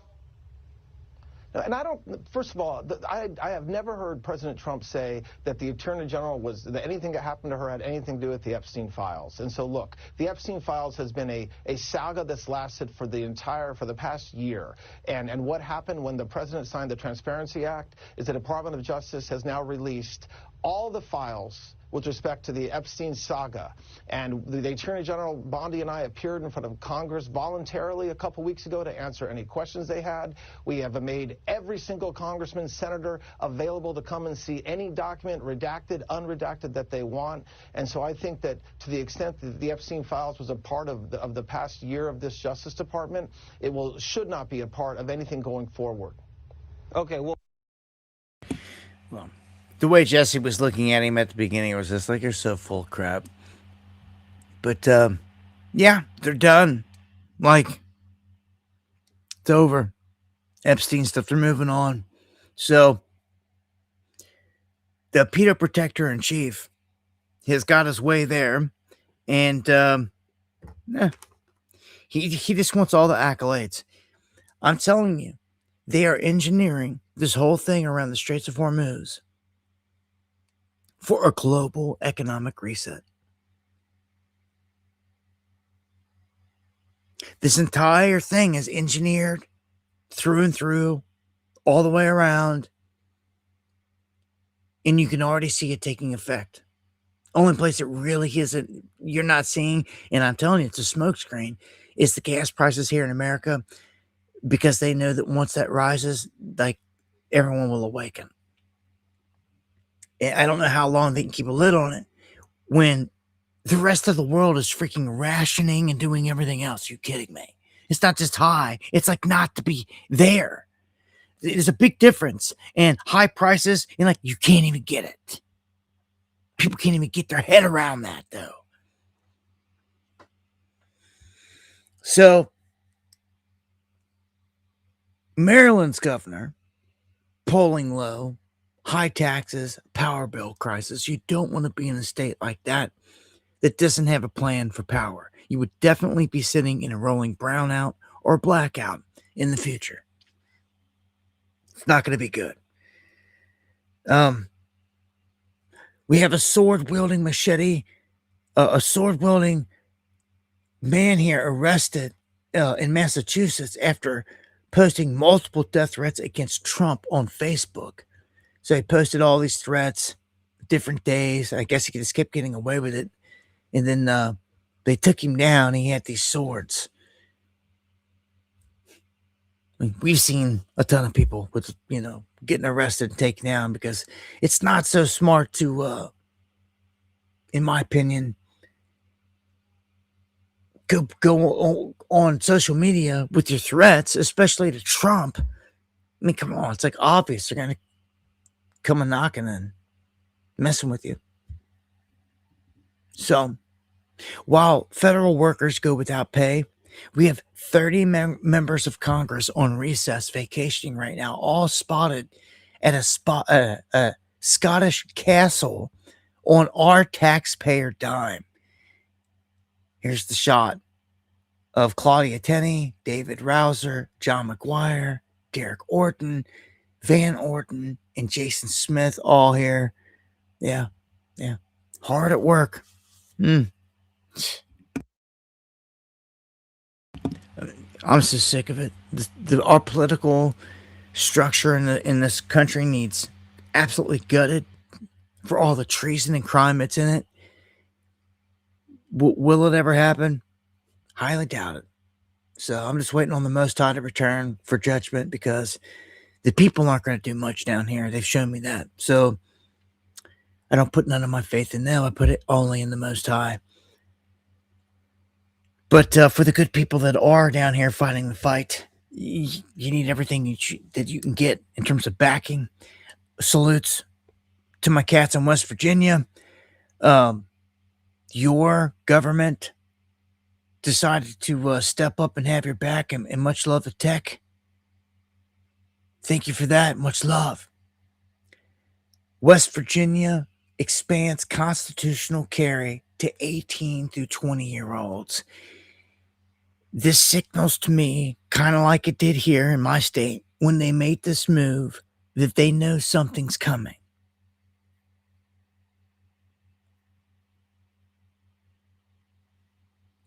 And they're giving their people a fighting chance in doing this. Constitutional carry. You don't need a permit. You're righteous. You're walking righteous. Not a known criminal, obviously, out there. You should have a right to carry.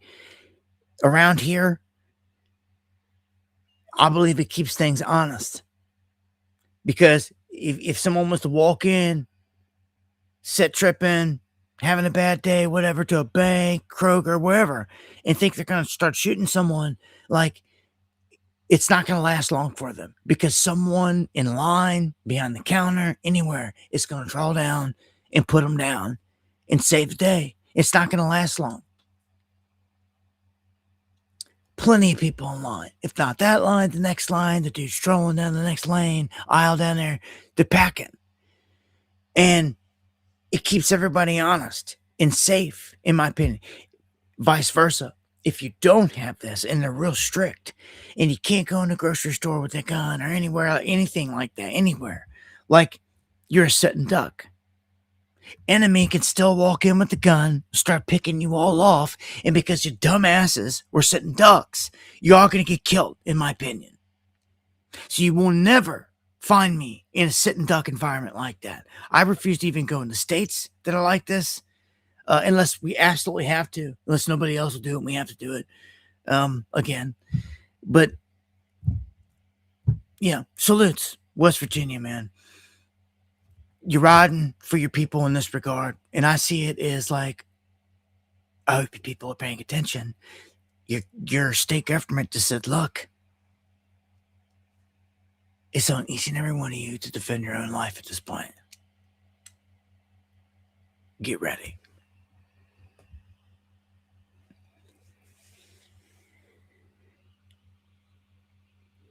Also, in my state, they have it on the books where if the feds try to come in and try to Waco you, at least here in Kentucky, that they're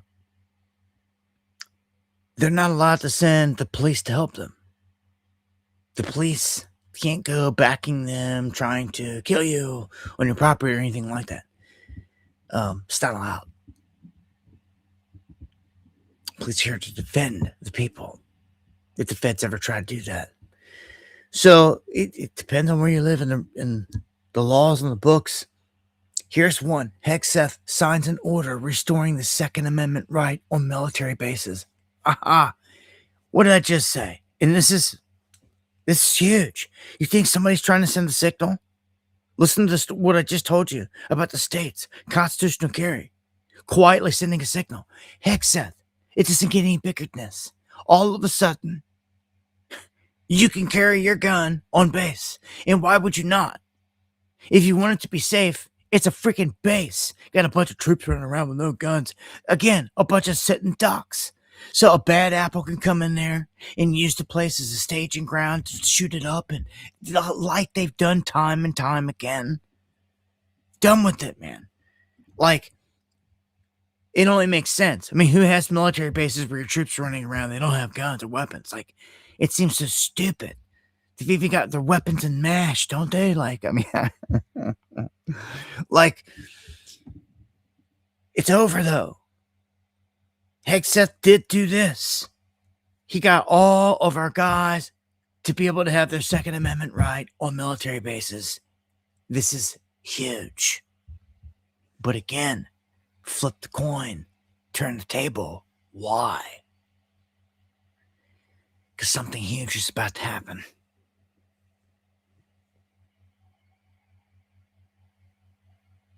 Something absolutely huge is about to happen. Where they're making sure we're all armed up. Even on our military bases. You can't be in a state of war and be expecting attacks and all the stuff to go down and have troops running around on base not armed, in my opinion. It's stupid. Maybe maybe the whole time when you were getting away with it because you weren't in the active war setting, but it's changed. We are now in a war front, in a war zone, active targets, in an ongoing active war.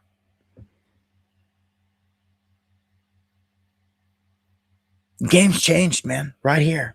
So, yes, this is a plus, but it's ominous.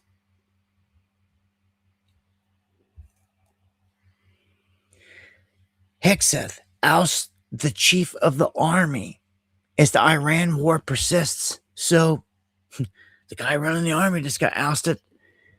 Anyone wants to like blink or not do what they say or want, Trump is the commander in chief. He's the top military person. And then you've got Hegseth, and it goes downhill through all the generals. So, like, if they bark an order and somebody is hesitant,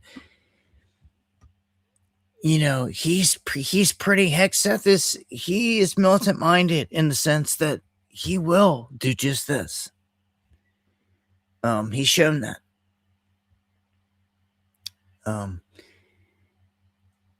Let's go to California real quick. Things not looking too good. Gavin Newsom has got homelessness, poverty, illegal immigration, all at an all-time high. And that's going to be the Democratic frontrunner for president this next time around. It's such a shame. When will people protest? Take it to the streets. So I told you Pam Bondi was fired. They were putting out an image of her picture in the trash. And of course, in this day and age of AI, manipulation can happen like this. Well, it was fake. By the time I even got to the story, it was this article, and they were showing the real news. She's still up on the wall, not thrown in the trash. But with AI and the way things go out here, it was Trump and his tweets or his posts in his mouth. Like, wouldn't doubt it, but it's musical chairs. It's not like anyone else out there, any normal person that gets fired from the job. You got to go find some other job and it's going to be a bad situation. No, she just gets rotated into the private sector, into a cush, quiet spot, into the shadows, still making good money. Don't have to stress nothing anymore. Take a small little vacation, I'm sure, in the midst of it all, disappear for a minute. And that's how they do. And she's just shuffled back in. So, Bondi played her part out here, and the people the whole Epstein thing folded everything. Like all their goons, people ain't having it. Bongino, Bondi, even Tulsi was up here on the chopping block here recently. Like anyone that Trump could fire to try to deflect from, him being the one to blame. Luis, thank you for the coffees. Much love, God bless. So, yeah, bonding on. Trump proposes a $1.5 trillion war spending. Now, I'm going to have to go over here and pull up the feed and go over a few things. Play some clips. Let's go ahead and play all these other clips.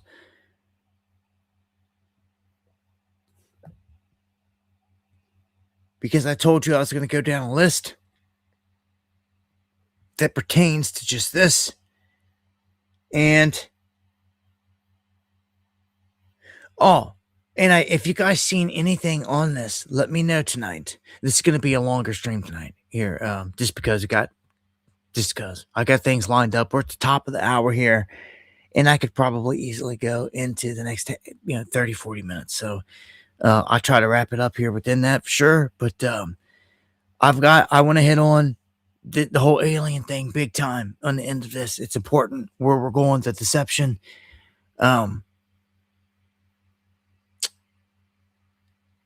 But the national security team was gathering at the White House tonight. If you guys see any breaking news, if there's been any, at me in the chat, try to get my attention. I've got a bunch of messages here. I haven't checked yet. I'll check them here in a second over here on X. And I thank you guys that sent it in. Yes, Greer's back. Like I said, I'm going to play these clips, talk about the disclosure thing. And I got a couple things I'm not going to waste. It's not wasting time, but I got some good clips over here on my X that you should check out that I'm not going to show right now that are there. They're there for a reason, man. Like Method Man giving this whole thing away years ago. What they're doing, it's what we warn you about. Shout out to the October Rains, a.k.a. Monograph out there putting in the work. Let me just start naming them off here.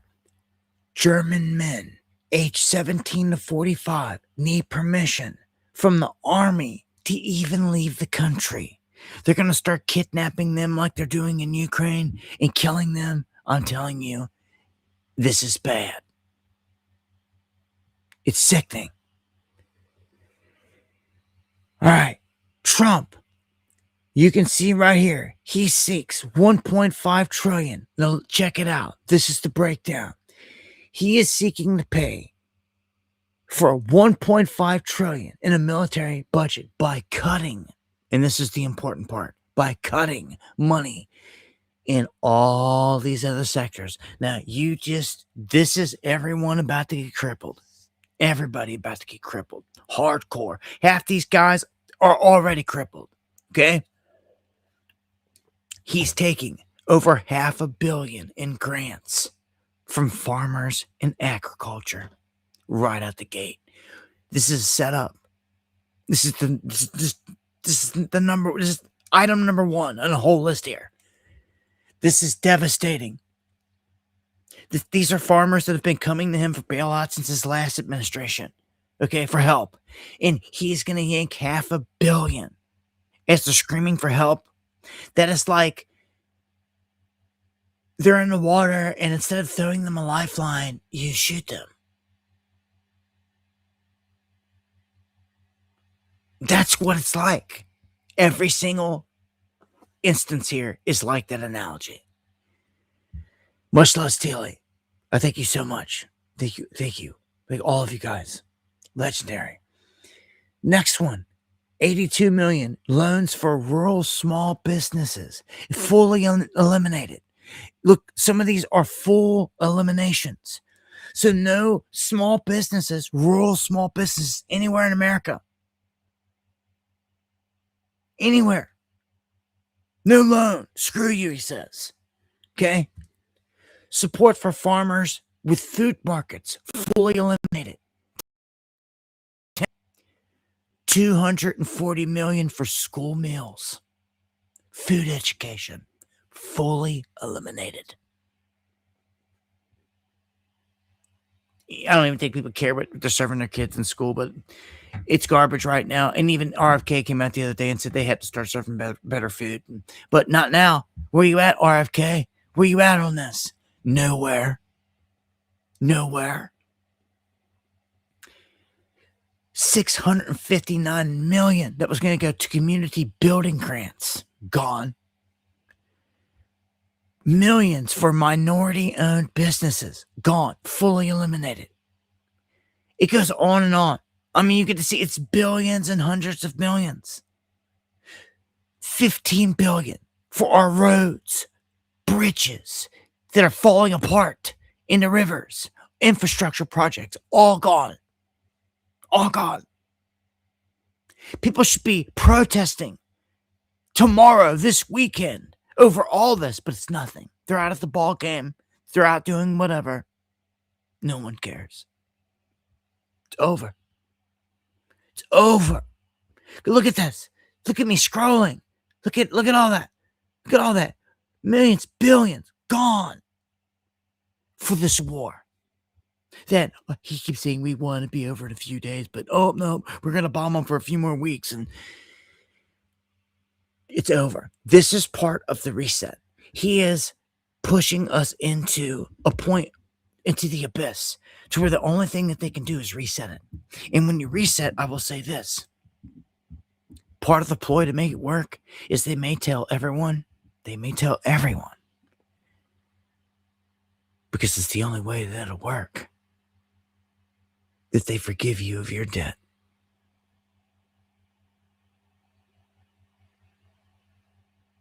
It's a global reset.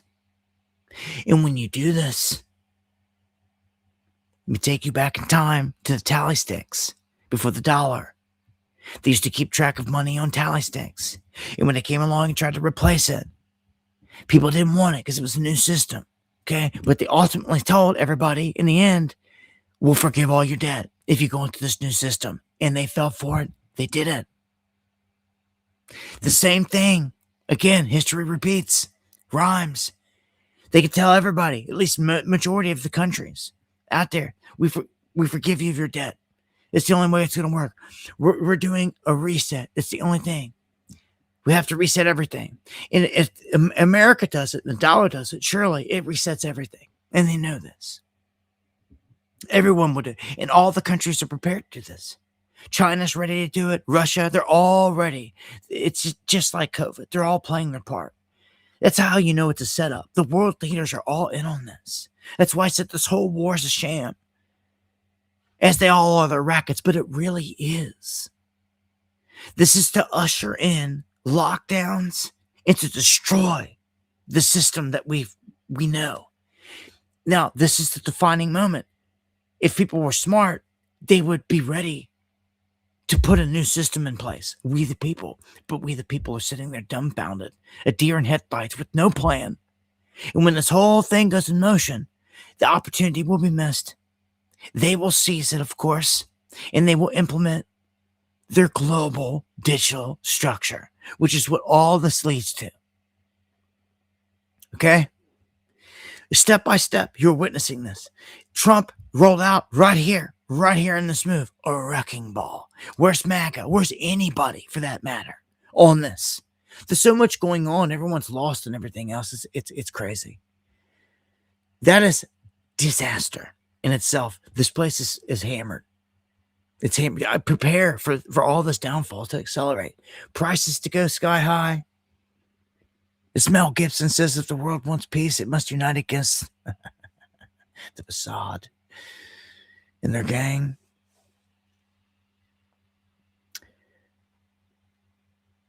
The U.S.-Iran ceasefire is at a dead end. That's per Iran. Trump out here lying through his teeth about everything. As soon as he says it, they respond like he's lying. Everything he says is a lie. And I believe it. Like there's been no substance, no structure to anything of the talks. They haven't even acted like it. They continue to bomb, fire away. It's war. And he's just talking crap.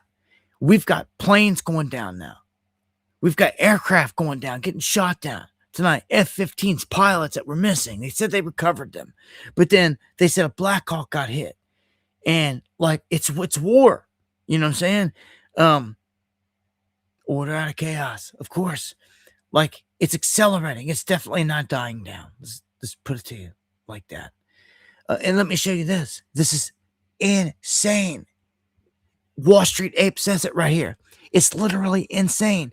Look how many people showed up in this town to oppose a $6 billion data center. This was in Missouri.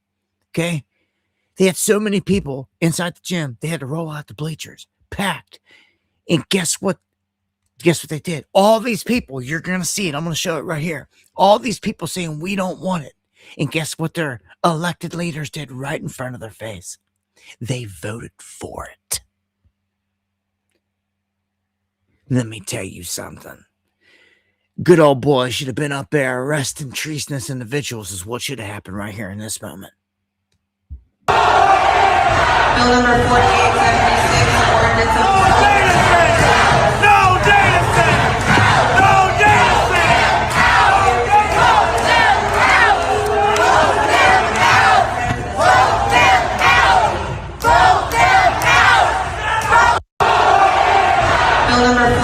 Look at that. I mean, that's what I asked for. It's what we want. You're hard pressed to get this. I wish I'd have been there. Like, you get a place this awakened. This is what you want. These people are shouting them down, and they passed it in front of their face. What do you do then? I told you, you better have a constitutional righteous sheriff on hand, to address treason, or what, here, allow the treason to go into motion. Because that's exactly what's happened. Allow the data center to go ahead and just get put in place, because that's exactly what's going to happen. You have no voice. You have no say. Huh? You better be thinking about every single one of these people that were sitting there that made that happen when it comes voting time. And beyond. It's treason. That is a crime. That is a freaking crime.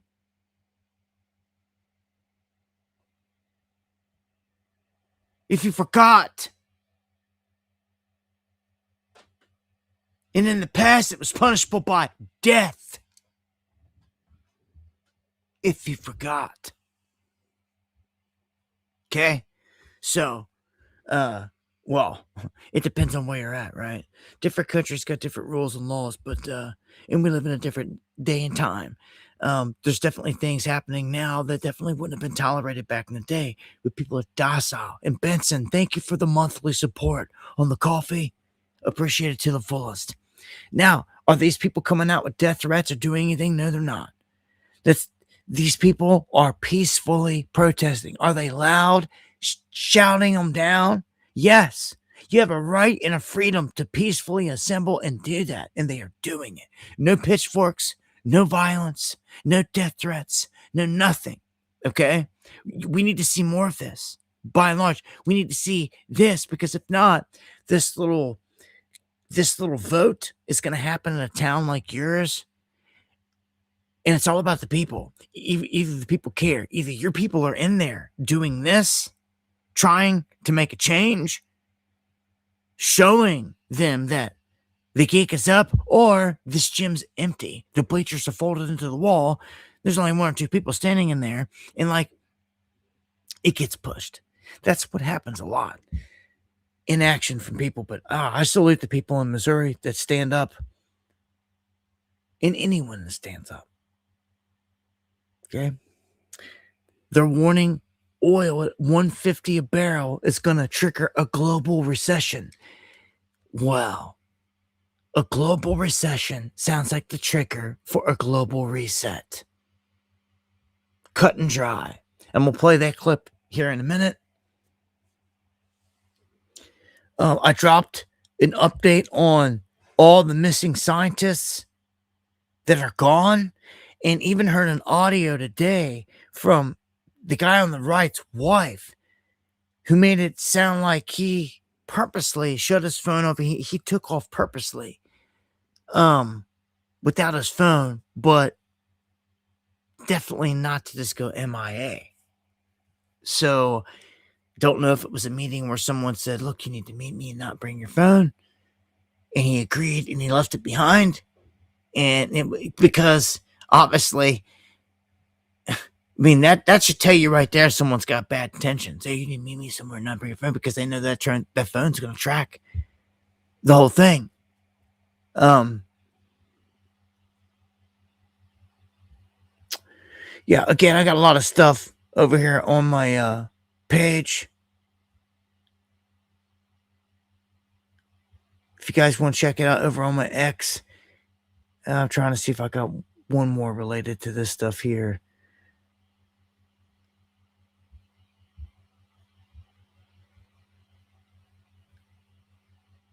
Thought I had something on Monograph and the Artemis mission. He had there's like a capsule, a pod that takes off from the top of it, and you can clearly see it. Again, I'm always tweeting this stuff, and it's not here. I feel like a stuck record saying it because it happens all the time. You see, if something gets removed, it should look like that. It's unavailable, but like it, and even that one unavailable, but like they're just like gone. I don't get it. Nowhere to be seen there. I don't know, man, but shout outs to him. He covered a very, very good clip that I wanted to show over here off of this of try one time over here. Do some scrolling. Might be worth it though. Might be worth it. If I can find, shout outs to Hopkinson. There's POV of the Artemis launch, and you can see it forking over hardcore. All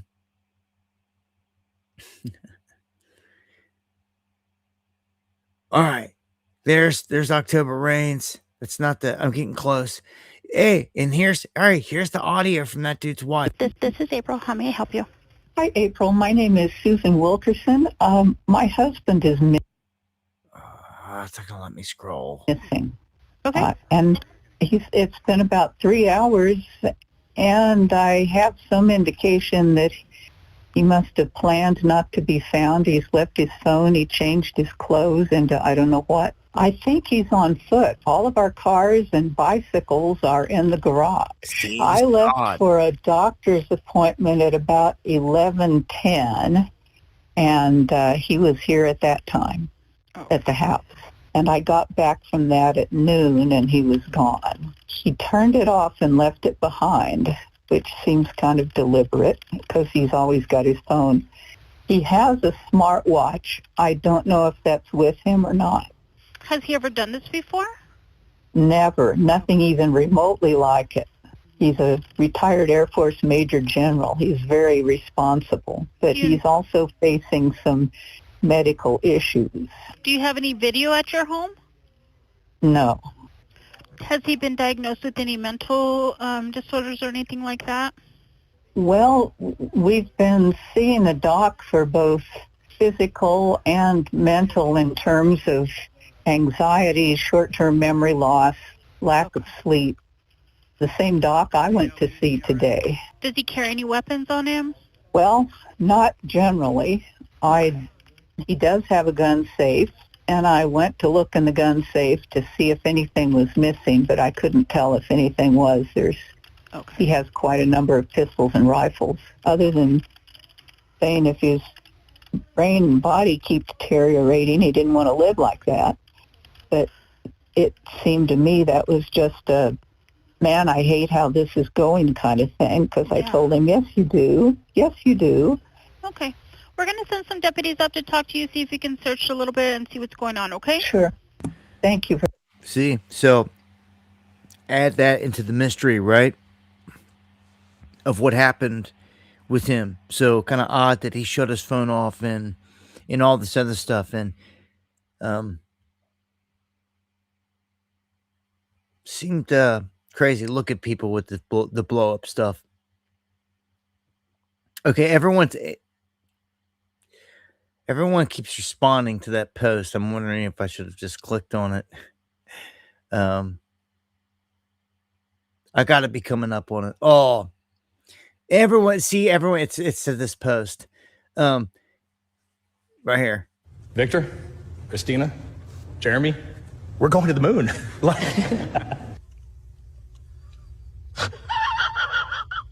When we get off the planet, we might come right back home. We might spend 3 or 4 days around Earth. We might go to the moon. That's where we want to go, but it is a test mission.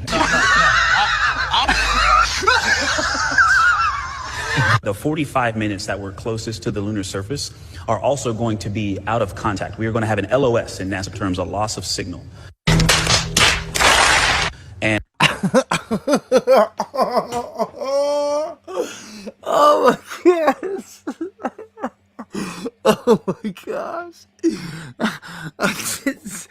This is embarrassing. This is ridiculous that people accept this crap. And while we cannot talk to the planet and our friends that are even in space on the International Space Station,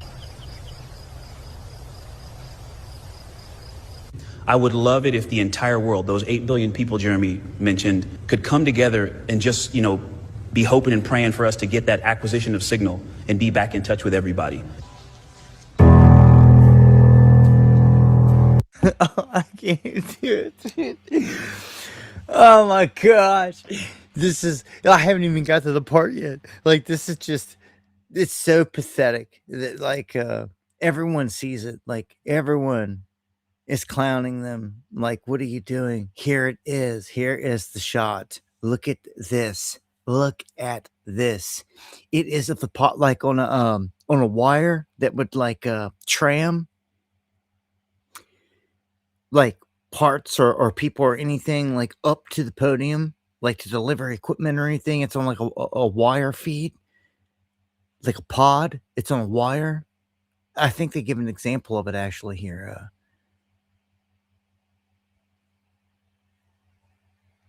Let me look here. Let me click on this one. Look at this. Right there. Look at that. Look at it. Look at it. Look at it. It's there. There's no denying it. Like, it's taking off from the stand. It's like, see the tower right here? Of course, the rocket takes off and this tower is still standing. There's a wire from this tower cable, a whole network of cables, maybe even connected to all this other crap. It's like, what are these towers doing anyway? Now that you think about it, is it all an apparatus to pull this crap off? Because apparently this thing is on a bunch of wires rolling away. This is when people are like, look, the crew escaped, and all this stuff. How can you argue when you see something like this? Of course, someone's going to come along and be like, oh, well, that's standard and this and that. Oh, so standard. None of us have ever seen it before.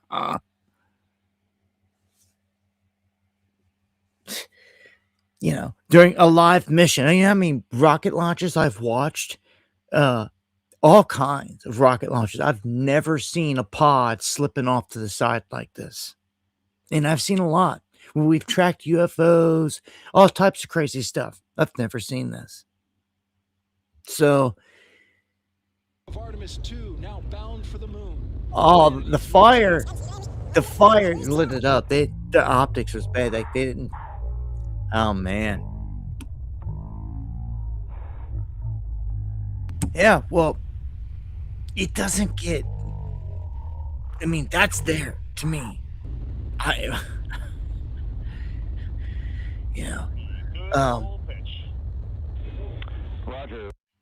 then it hooks over, then they get up to space and they release this image and they're like, oh, we got a brand new image of Earth, which I don't think I tweeted out over here on here. Maybe it's somewhere down here below. I'm going to keep scrolling a little bit. Maybe not. They're clowning it big time. Yeah, some April Fools, huh? I don't think they got it here. But people just clowning it big time, man. Can't blame them. NASA, never a straight answer, man. I mean, they just constantly clowning them. and then watching their little show. So, yeah, and there you go. That's what I'm talking about. All the hookovers into the ocean.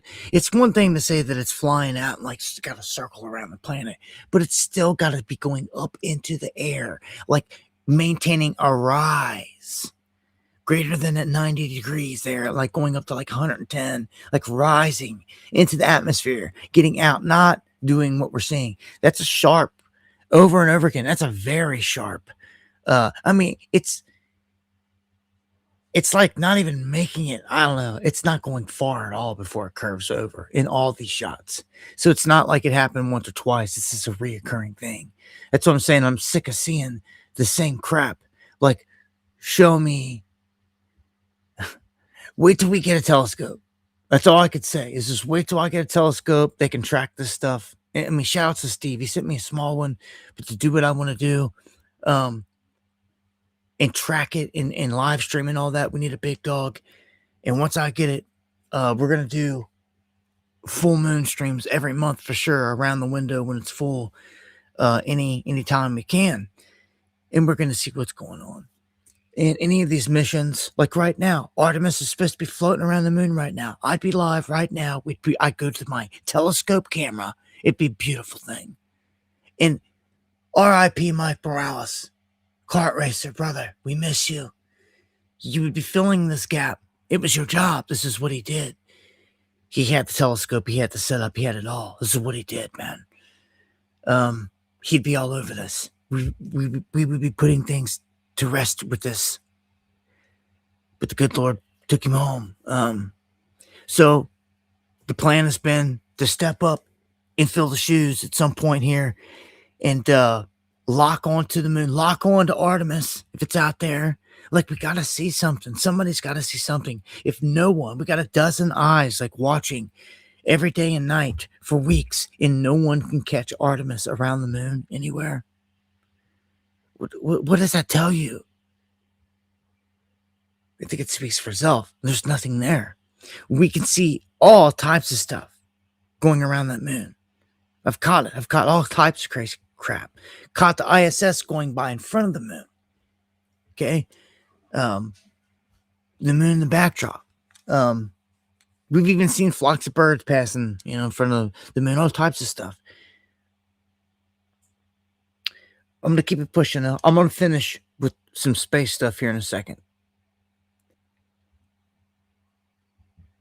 That finishes up all my X-Feed stuff. All right. So that you know, foreigners commit nearly half of all rapes in Austria. It's part of the plan. They knew this. That's why they invaded, flooded them into all these countries. There never was a plan for them to assimilate. The plan was for them to come there and cause chaos. So, our buddies are supposed to be, our allies, NATO out here. There's been like nobody really come to our back because everyone feels this has been a stupid thing. So they're signaling possibly pulling out of NATO, which would be huge. And it's one thing for Trump to kind of say something, but when they all start echoing it, there could be something big coming here. Let me ask you about NATO. You said that our NATO allies have been disappointing. Specifically, I know you're talking about Spain, Great Britain, France, even Italy now, and that after all of this is done, we will re-examine this relationship, and especially when it comes to, we pay 2/3 of the freight when it comes to NATO defense, and if it's just, quote, about us defending Europe, you said, at this point, how do we call that? And we can't have our landing rights in European nations, our allies, at a time when we need them. What good is that alliance? And is the NATO alliance at risk? Sean, I've been one of the strongest defenders of NATO during my time as a United States Senator because I found great value in it. And it wasn't just about defending Europe. I said it also allowed us to have military bases in Europe that allowed us to project power into different parts of the world when our national security was threatened. If now we have reached a point where the NATO alliance means that we can't use those bases, that in fact, that we can no longer use those bases to defend America's interests, then NATO is a one-way street. Then NATO is simply about us having troops in Europe to defend Europe, but when we need their help, Not their help. We're not asking them to conduct airstrikes. When we need them to allow us to use their military bases, their answer is no. Then why are we in NATO? You have to ask that question. Why Well, do that's we a good have point. billions and billions of dollars, hundreds of billions of dollars, over the years, trillions of dollars, and all these American forces stationed in the region? If we can only use, in our time of need, we're not going to be allowed to use those bases. So I think there's no doubt, unfortunately, after this conflict is concluded, we are going to have to re-examine that relationship. We're going to have to re-examine the value of NATO and that alliance for our country. Ultimately, that's a decision for the president to make, and he'll have to make it. We're going to finish the job here. As I said, we're very, very close to achieving our objectives on all of these things that I've outlined. But I do think, unfortunately, we are going to have to re-examine whether or not this alliance that has served this country well for a while is still serving that purpose, or is it now become a one-way street where America is simply in a position to defend Europe, but when we need the help of our allies, they're going to deny us basing rights and they're going to deny us overflight? I think these are very legitimate questions that we need to be asking, and this are going to have to be very carefully examined after this. I mean, in a real war situation, I mean, what kind of ally isn't your ally? Like, especially when you need it. Like, from that standpoint, I'd be pissed off that we're over there doing stuff and, like, the allies don't have our back, especially when it's crunch time. But then again, did you keep the allies in the dark on making this move? Like, how much were they told, or drug into? Like, there's a lot of questions that rise. I don't know, man. It's, I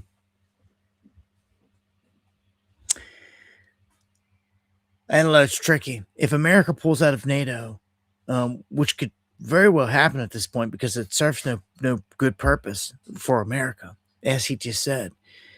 They're not defending us at all. What are we doing? And I agree. It's kind of like with Israel saying, oh, we're not going to send our troops into Iran now. Oh, really? You just expect American boots on the ground and Americans to die? It's ridiculous. All of it needs to stop. But of course, the moment that we, the people, demand and make it all stop, you guarantee they would hit us here harder than they've ever hit us. Like a big F-U. They would. All at the same time, turn around and blame Iran or some crap like that, like they get out of here. So Iran is like saying Trump's lying. He's lying through his teeth. They're unwilling to meet negotiators, even in Pakistan. Talks are set to be at a dead end. Like, they're not playing this game because they're popping off shots here. They're downing aircraft. And it's not like hearsay, like they're doing it. They're downing aircraft. And they're picking the pace up when they're not supposed to have like any missiles left, Trump said, and all this. He's a liar. He's a liar in chief, is what he is. Straight up. It's pathetic. It's embarrassing. Second U.S. warplane loss. A-10 Warthog crashes near Hormuz shortly after the F-15 shot down. Then we have choppers that we have pictures of choppers that are hit, smoking right there, falling down out of the sky. Black Hawk. Dude, man, like, they're pulling off rescue missions to try to get the pilots and all this. This is not going as easy as they thought, as easy as he wants to portray. Oil spikes because Trump says he's going to hit them extremely hard over the next 2 to 3 weeks. This after saying that we've won, there's nothing left to hit. They destroy. The only thing left to hit, as he said, is the oil or the water. That's the infrastructure, the power plants, electricity. And when you do that, you're attacking the people. You're not attacking the regime. That is a humanitarian crisis and what many say is a freaking war crime, straight up. And there's no other move to really be made here unless it's full-scale boots on the ground invasion to go in and take out the baddies. But still, you have it's showing weakness. Like, they've bombed all these people and you still have not reduced the regime.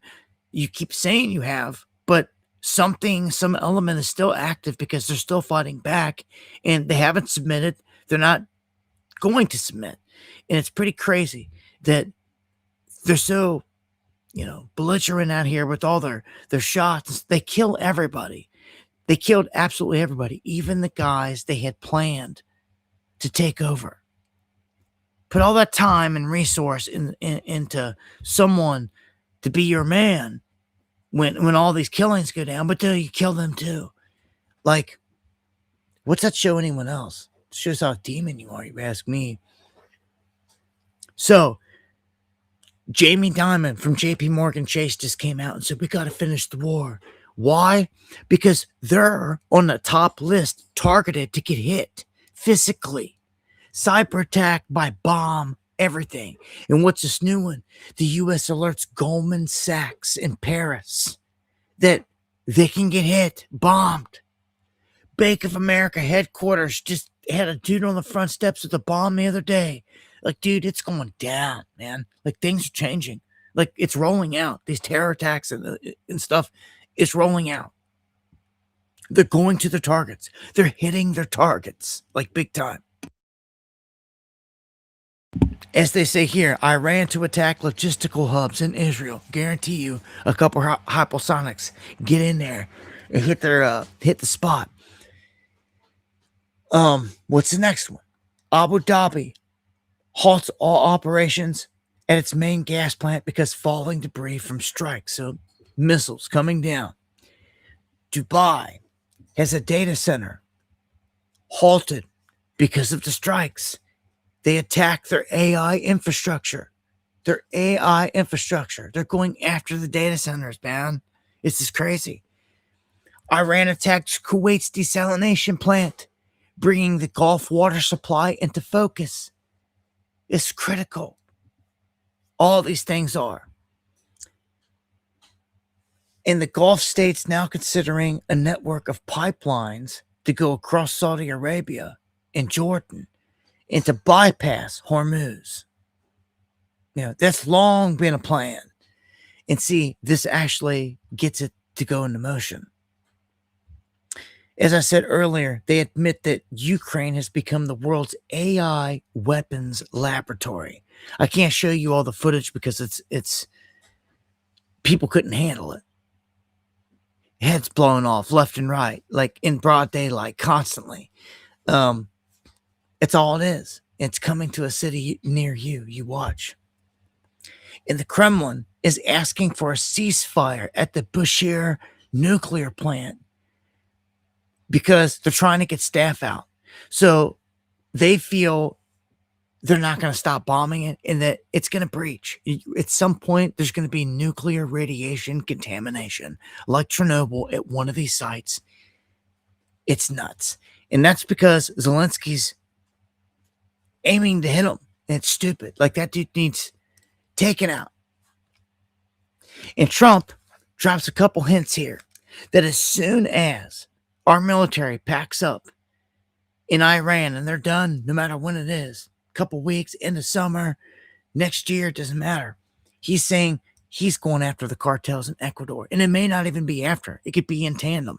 He is hinting that he's going to crush the cartels in Ecuador, which leads right on up to the cartels in Mexico. Okay? And not a word right now on Venezuela since they took it over. But mounting pressure on Cuba because he said we're going after Cuba. So Cuba, Ecuador at the top of the list here on where Trump's going to turn his guns here next. So that everybody knows. This brings me to my final bit for tonight. I dropped a video on this, but we got to cover this in detail. And I want to play some clips here related to it. And then once I play the clips, I'll discuss everything with my final thoughts on all this. So here's 2 clips on all this UFO, alien, fallen stuff here. I don't know why they've been keeping it a secret for so long. There are a lot of these videos that they're keeping classified have have been captured on technology that we don't want our adversaries to know that we have the ability to capture. So in other words, the cameras themselves are highly classified, and because of that, we don't want to release the footage. Now, that doesn't mean that Congress shouldn't be able to see this, which is why I've been, we have a lot of whistleblowers that have come forward. I've been given a list of about 2 to 3 dozen of these files and have submitted a request, an official request to Tulsi Gabbard's office, to the Department of War, to, the Secretary of State and the Department of Energy to be able to see these files. And I've got a contact with other whistleblowers. There's more files to come. So we've got people on the inside watching to see, based on our request, if these files have been moved, if they are deleted or changed in any way to avoid that. So we're on the trail, and hopefully Congress can be able to at least get our eyes on these videos. That Congress has already been shown these things being shot by Hellfire missile.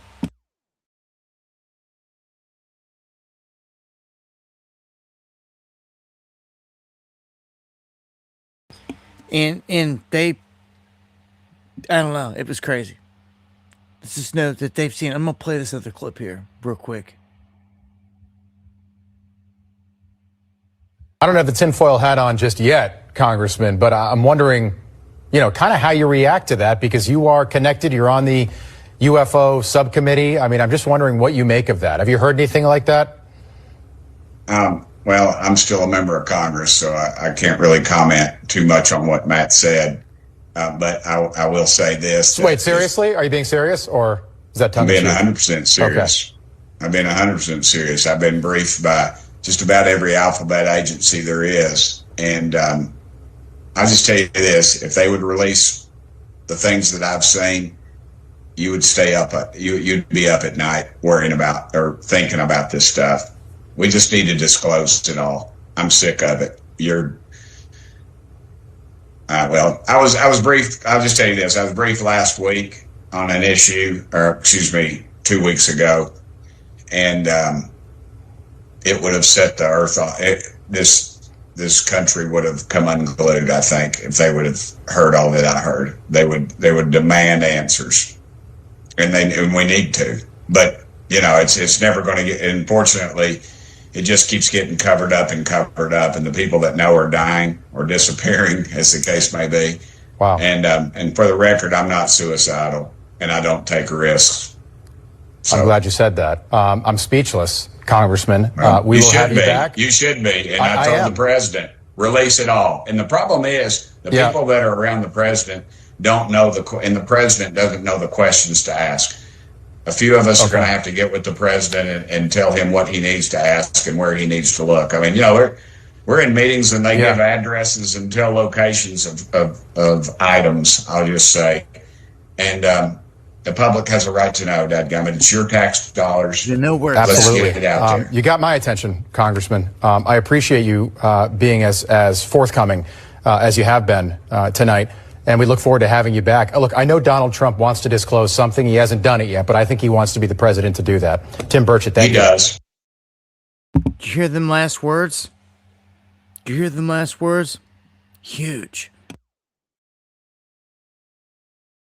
In that he does? Of course he does. This is Mr. Accolade. Mr. Take credit for all this stuff. And do you think that Donald Trump would miss this moment for this announcement for the history books? Get out of here. That's all the guy cares about. It's literally all he cares about is all the accolades. That's it. It's all. And whether for good or for bad at this point, I mean, the gloves have come off. He ran the whole thing on no war, and you could see that he knew he ran it on a lie. Obviously, all this has been pre-planned long in advance. And all this, the whole thing with Venezuela, now Iran, and whatever's to come after this, all well planned out, a long time ago. They have this stuff drawn out well in advance. So what he just said, it leads me to believe that Trump is going to be the one to make the announcement of the deception. Let's just put it that way. He's going to make the announcement of something on life. And it's going to be a lie. It's going to be fraudulent. Like we've always known this. Oh, you think they're going to come out and tell the truth in the instance? They're going to use it to their advantage. Okay? Now, one of the wild parts about this that I said earlier is that here, and there's one clip that I forgot to play. I'm gonna finish. I gotta play this. I gotta play this because this puts all the icing on the cake here. This is Stephen Greer slipping out of the shadows, coming on Benny the Shill show, and you got to notice what he says. He says, "We humans are the bad guys in this." No, no, no, no. Listen. This reptilian shape-shifting, we've known this whole time. I told you, when they come out saying that we're the bad guys and that we're the problem because we've got guns, that we got to destroy those guns if we want to be in communication with a civilized, intelligent race. That if we want to blend in with the rest of the ecosystem, with the rest of life, we have got to disarm. And that is a trap. It always has been. It says in Isaiah, when they come through with this, they will break down all the weapons into plowshares. I even said it right there. Every weapon turned into plowshares. Isaiah 2:4. Why? Because they're going to disarm us. How could they ever disarm this whole planet? This is the only way. It's a very serious issue. And I will tell you, if this is disclosed improperly, it'll be 1,000 times worse than COVID. And I think that when you're talking about the fact we are being visited by advanced civilizations, they are not hostile. If they were hostile, we'd be gone. But we have approached them very hostilely. We have literally downed at least 1,000 or more of their spacecraft using illegal electromagnetic pulse weapons. And I know where they're being used and how they're being used. And we have captured those bodies, some living, some dead.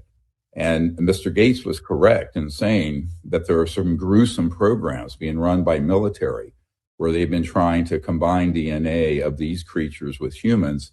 And they come out with these monstrous looking things Nephilim that are used to abduct people. So everyone's here of alien abductions. It's not the extraterrestrials doing it. It's a covert human program. And we know this and we can prove it. So this is a huge story. It's the biggest scandal in the history of the United States in its founding. I think for our 250th anniversary, we should be liberated from the secrecy, and these extraordinary technologies that could benefit all of humanity need to begin to be looked at, to be brought out. It's a very serious. Now, do you see? See, this dude's in on the whole thing, obviously. He has been the whole time. He just laid it out. He just said we can take part of amazing technologies. He just said it. It's the carrot on the stick. We can take part in all these technologies if we give up our weapons. That we're the bad guys. Dude, this is the deception. This is the deception. He just came out of the shadows fine. He just showed his fangs. Do you understand? It's done. It just came out of his mouth. We've been waiting the whole time to see how they're going to angle here right in the end. And he just did it. He just came out and said, we're the bad guys. Are you fucking kidding me?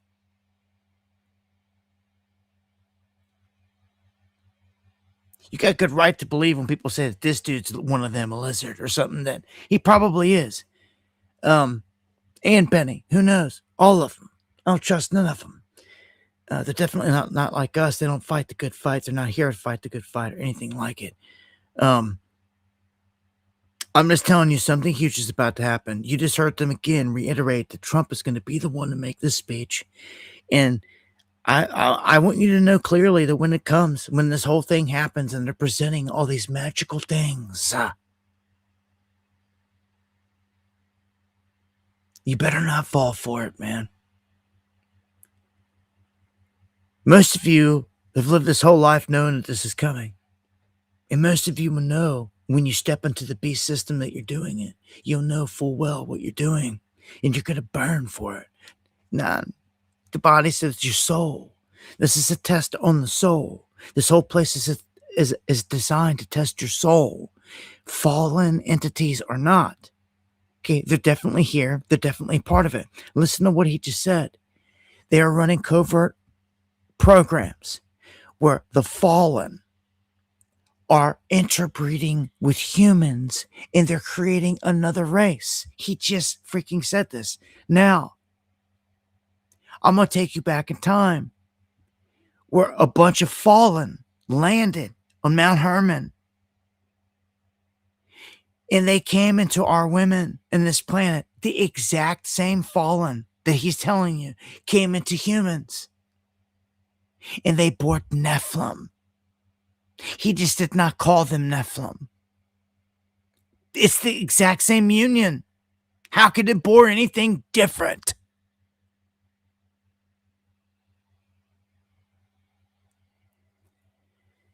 And guess what? There just so happens to be somewhere sitting an offset supply of jinn, of Nephilim soul consciousness, not human, Nephilim. If you can imagine, like Ghostbusters, they capture the ghost and they capture them in a little box and they shove them away in this place that keeps them all trapped, right? In like a dimension in a spot, right? Well, they're all operating in this other dimension that you can't see, the ether, with full power, the jinn, spiritually. Okay? What are the jinn? The jinn are the spirit of the Nephilim that died in the flood. If you were never taught this, you never learned it.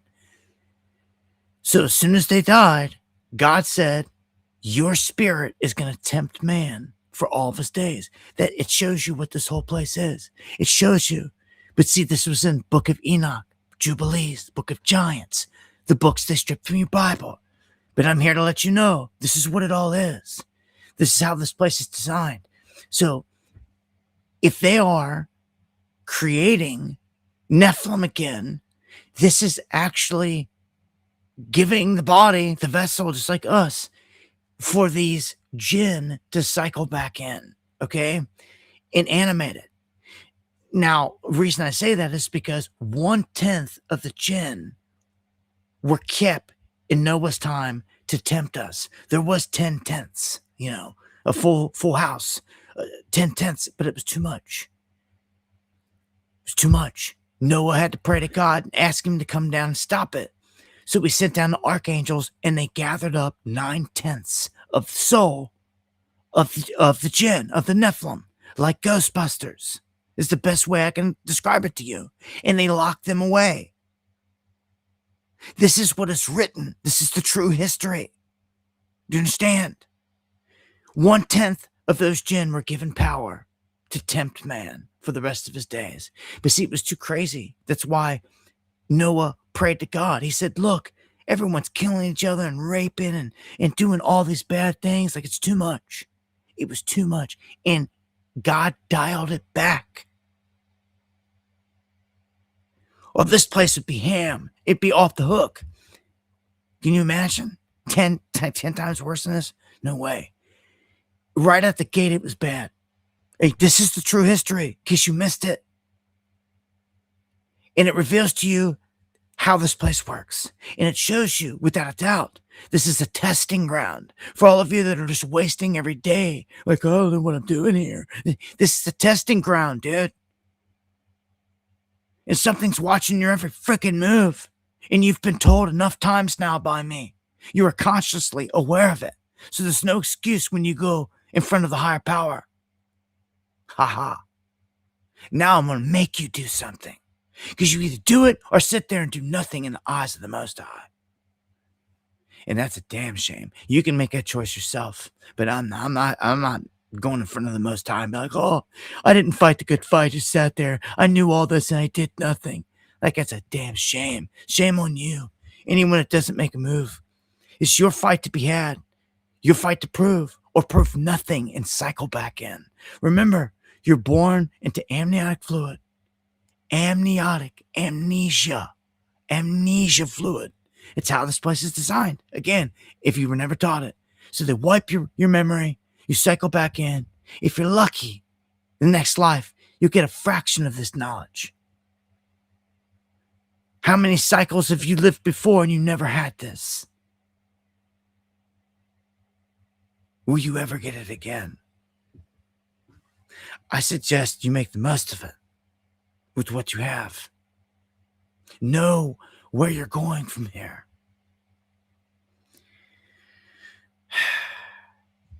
And know what's coming. One thing's for sure, a lot of these things are written. Prophecy's real. We got a wild end time show setting up. And some of these characters we knew were coming, like Greer. He's here. Trump, the little horn, is here. And you're living in that time. So, I'll end it with that. Be the change that you seek. You can speak everything into existence. So do it. I wish you luck. Thank you all for your support, for joining me here tonight.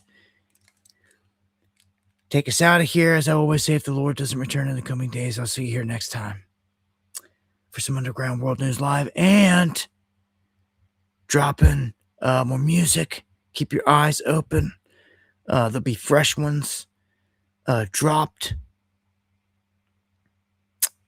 Much love. God bless. Keep fighting the fight, man.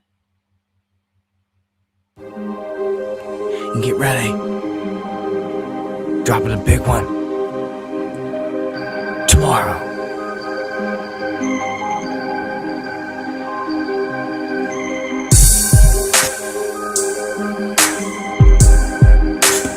Much love, Fire to Flame. Much love, much love. I might have another one.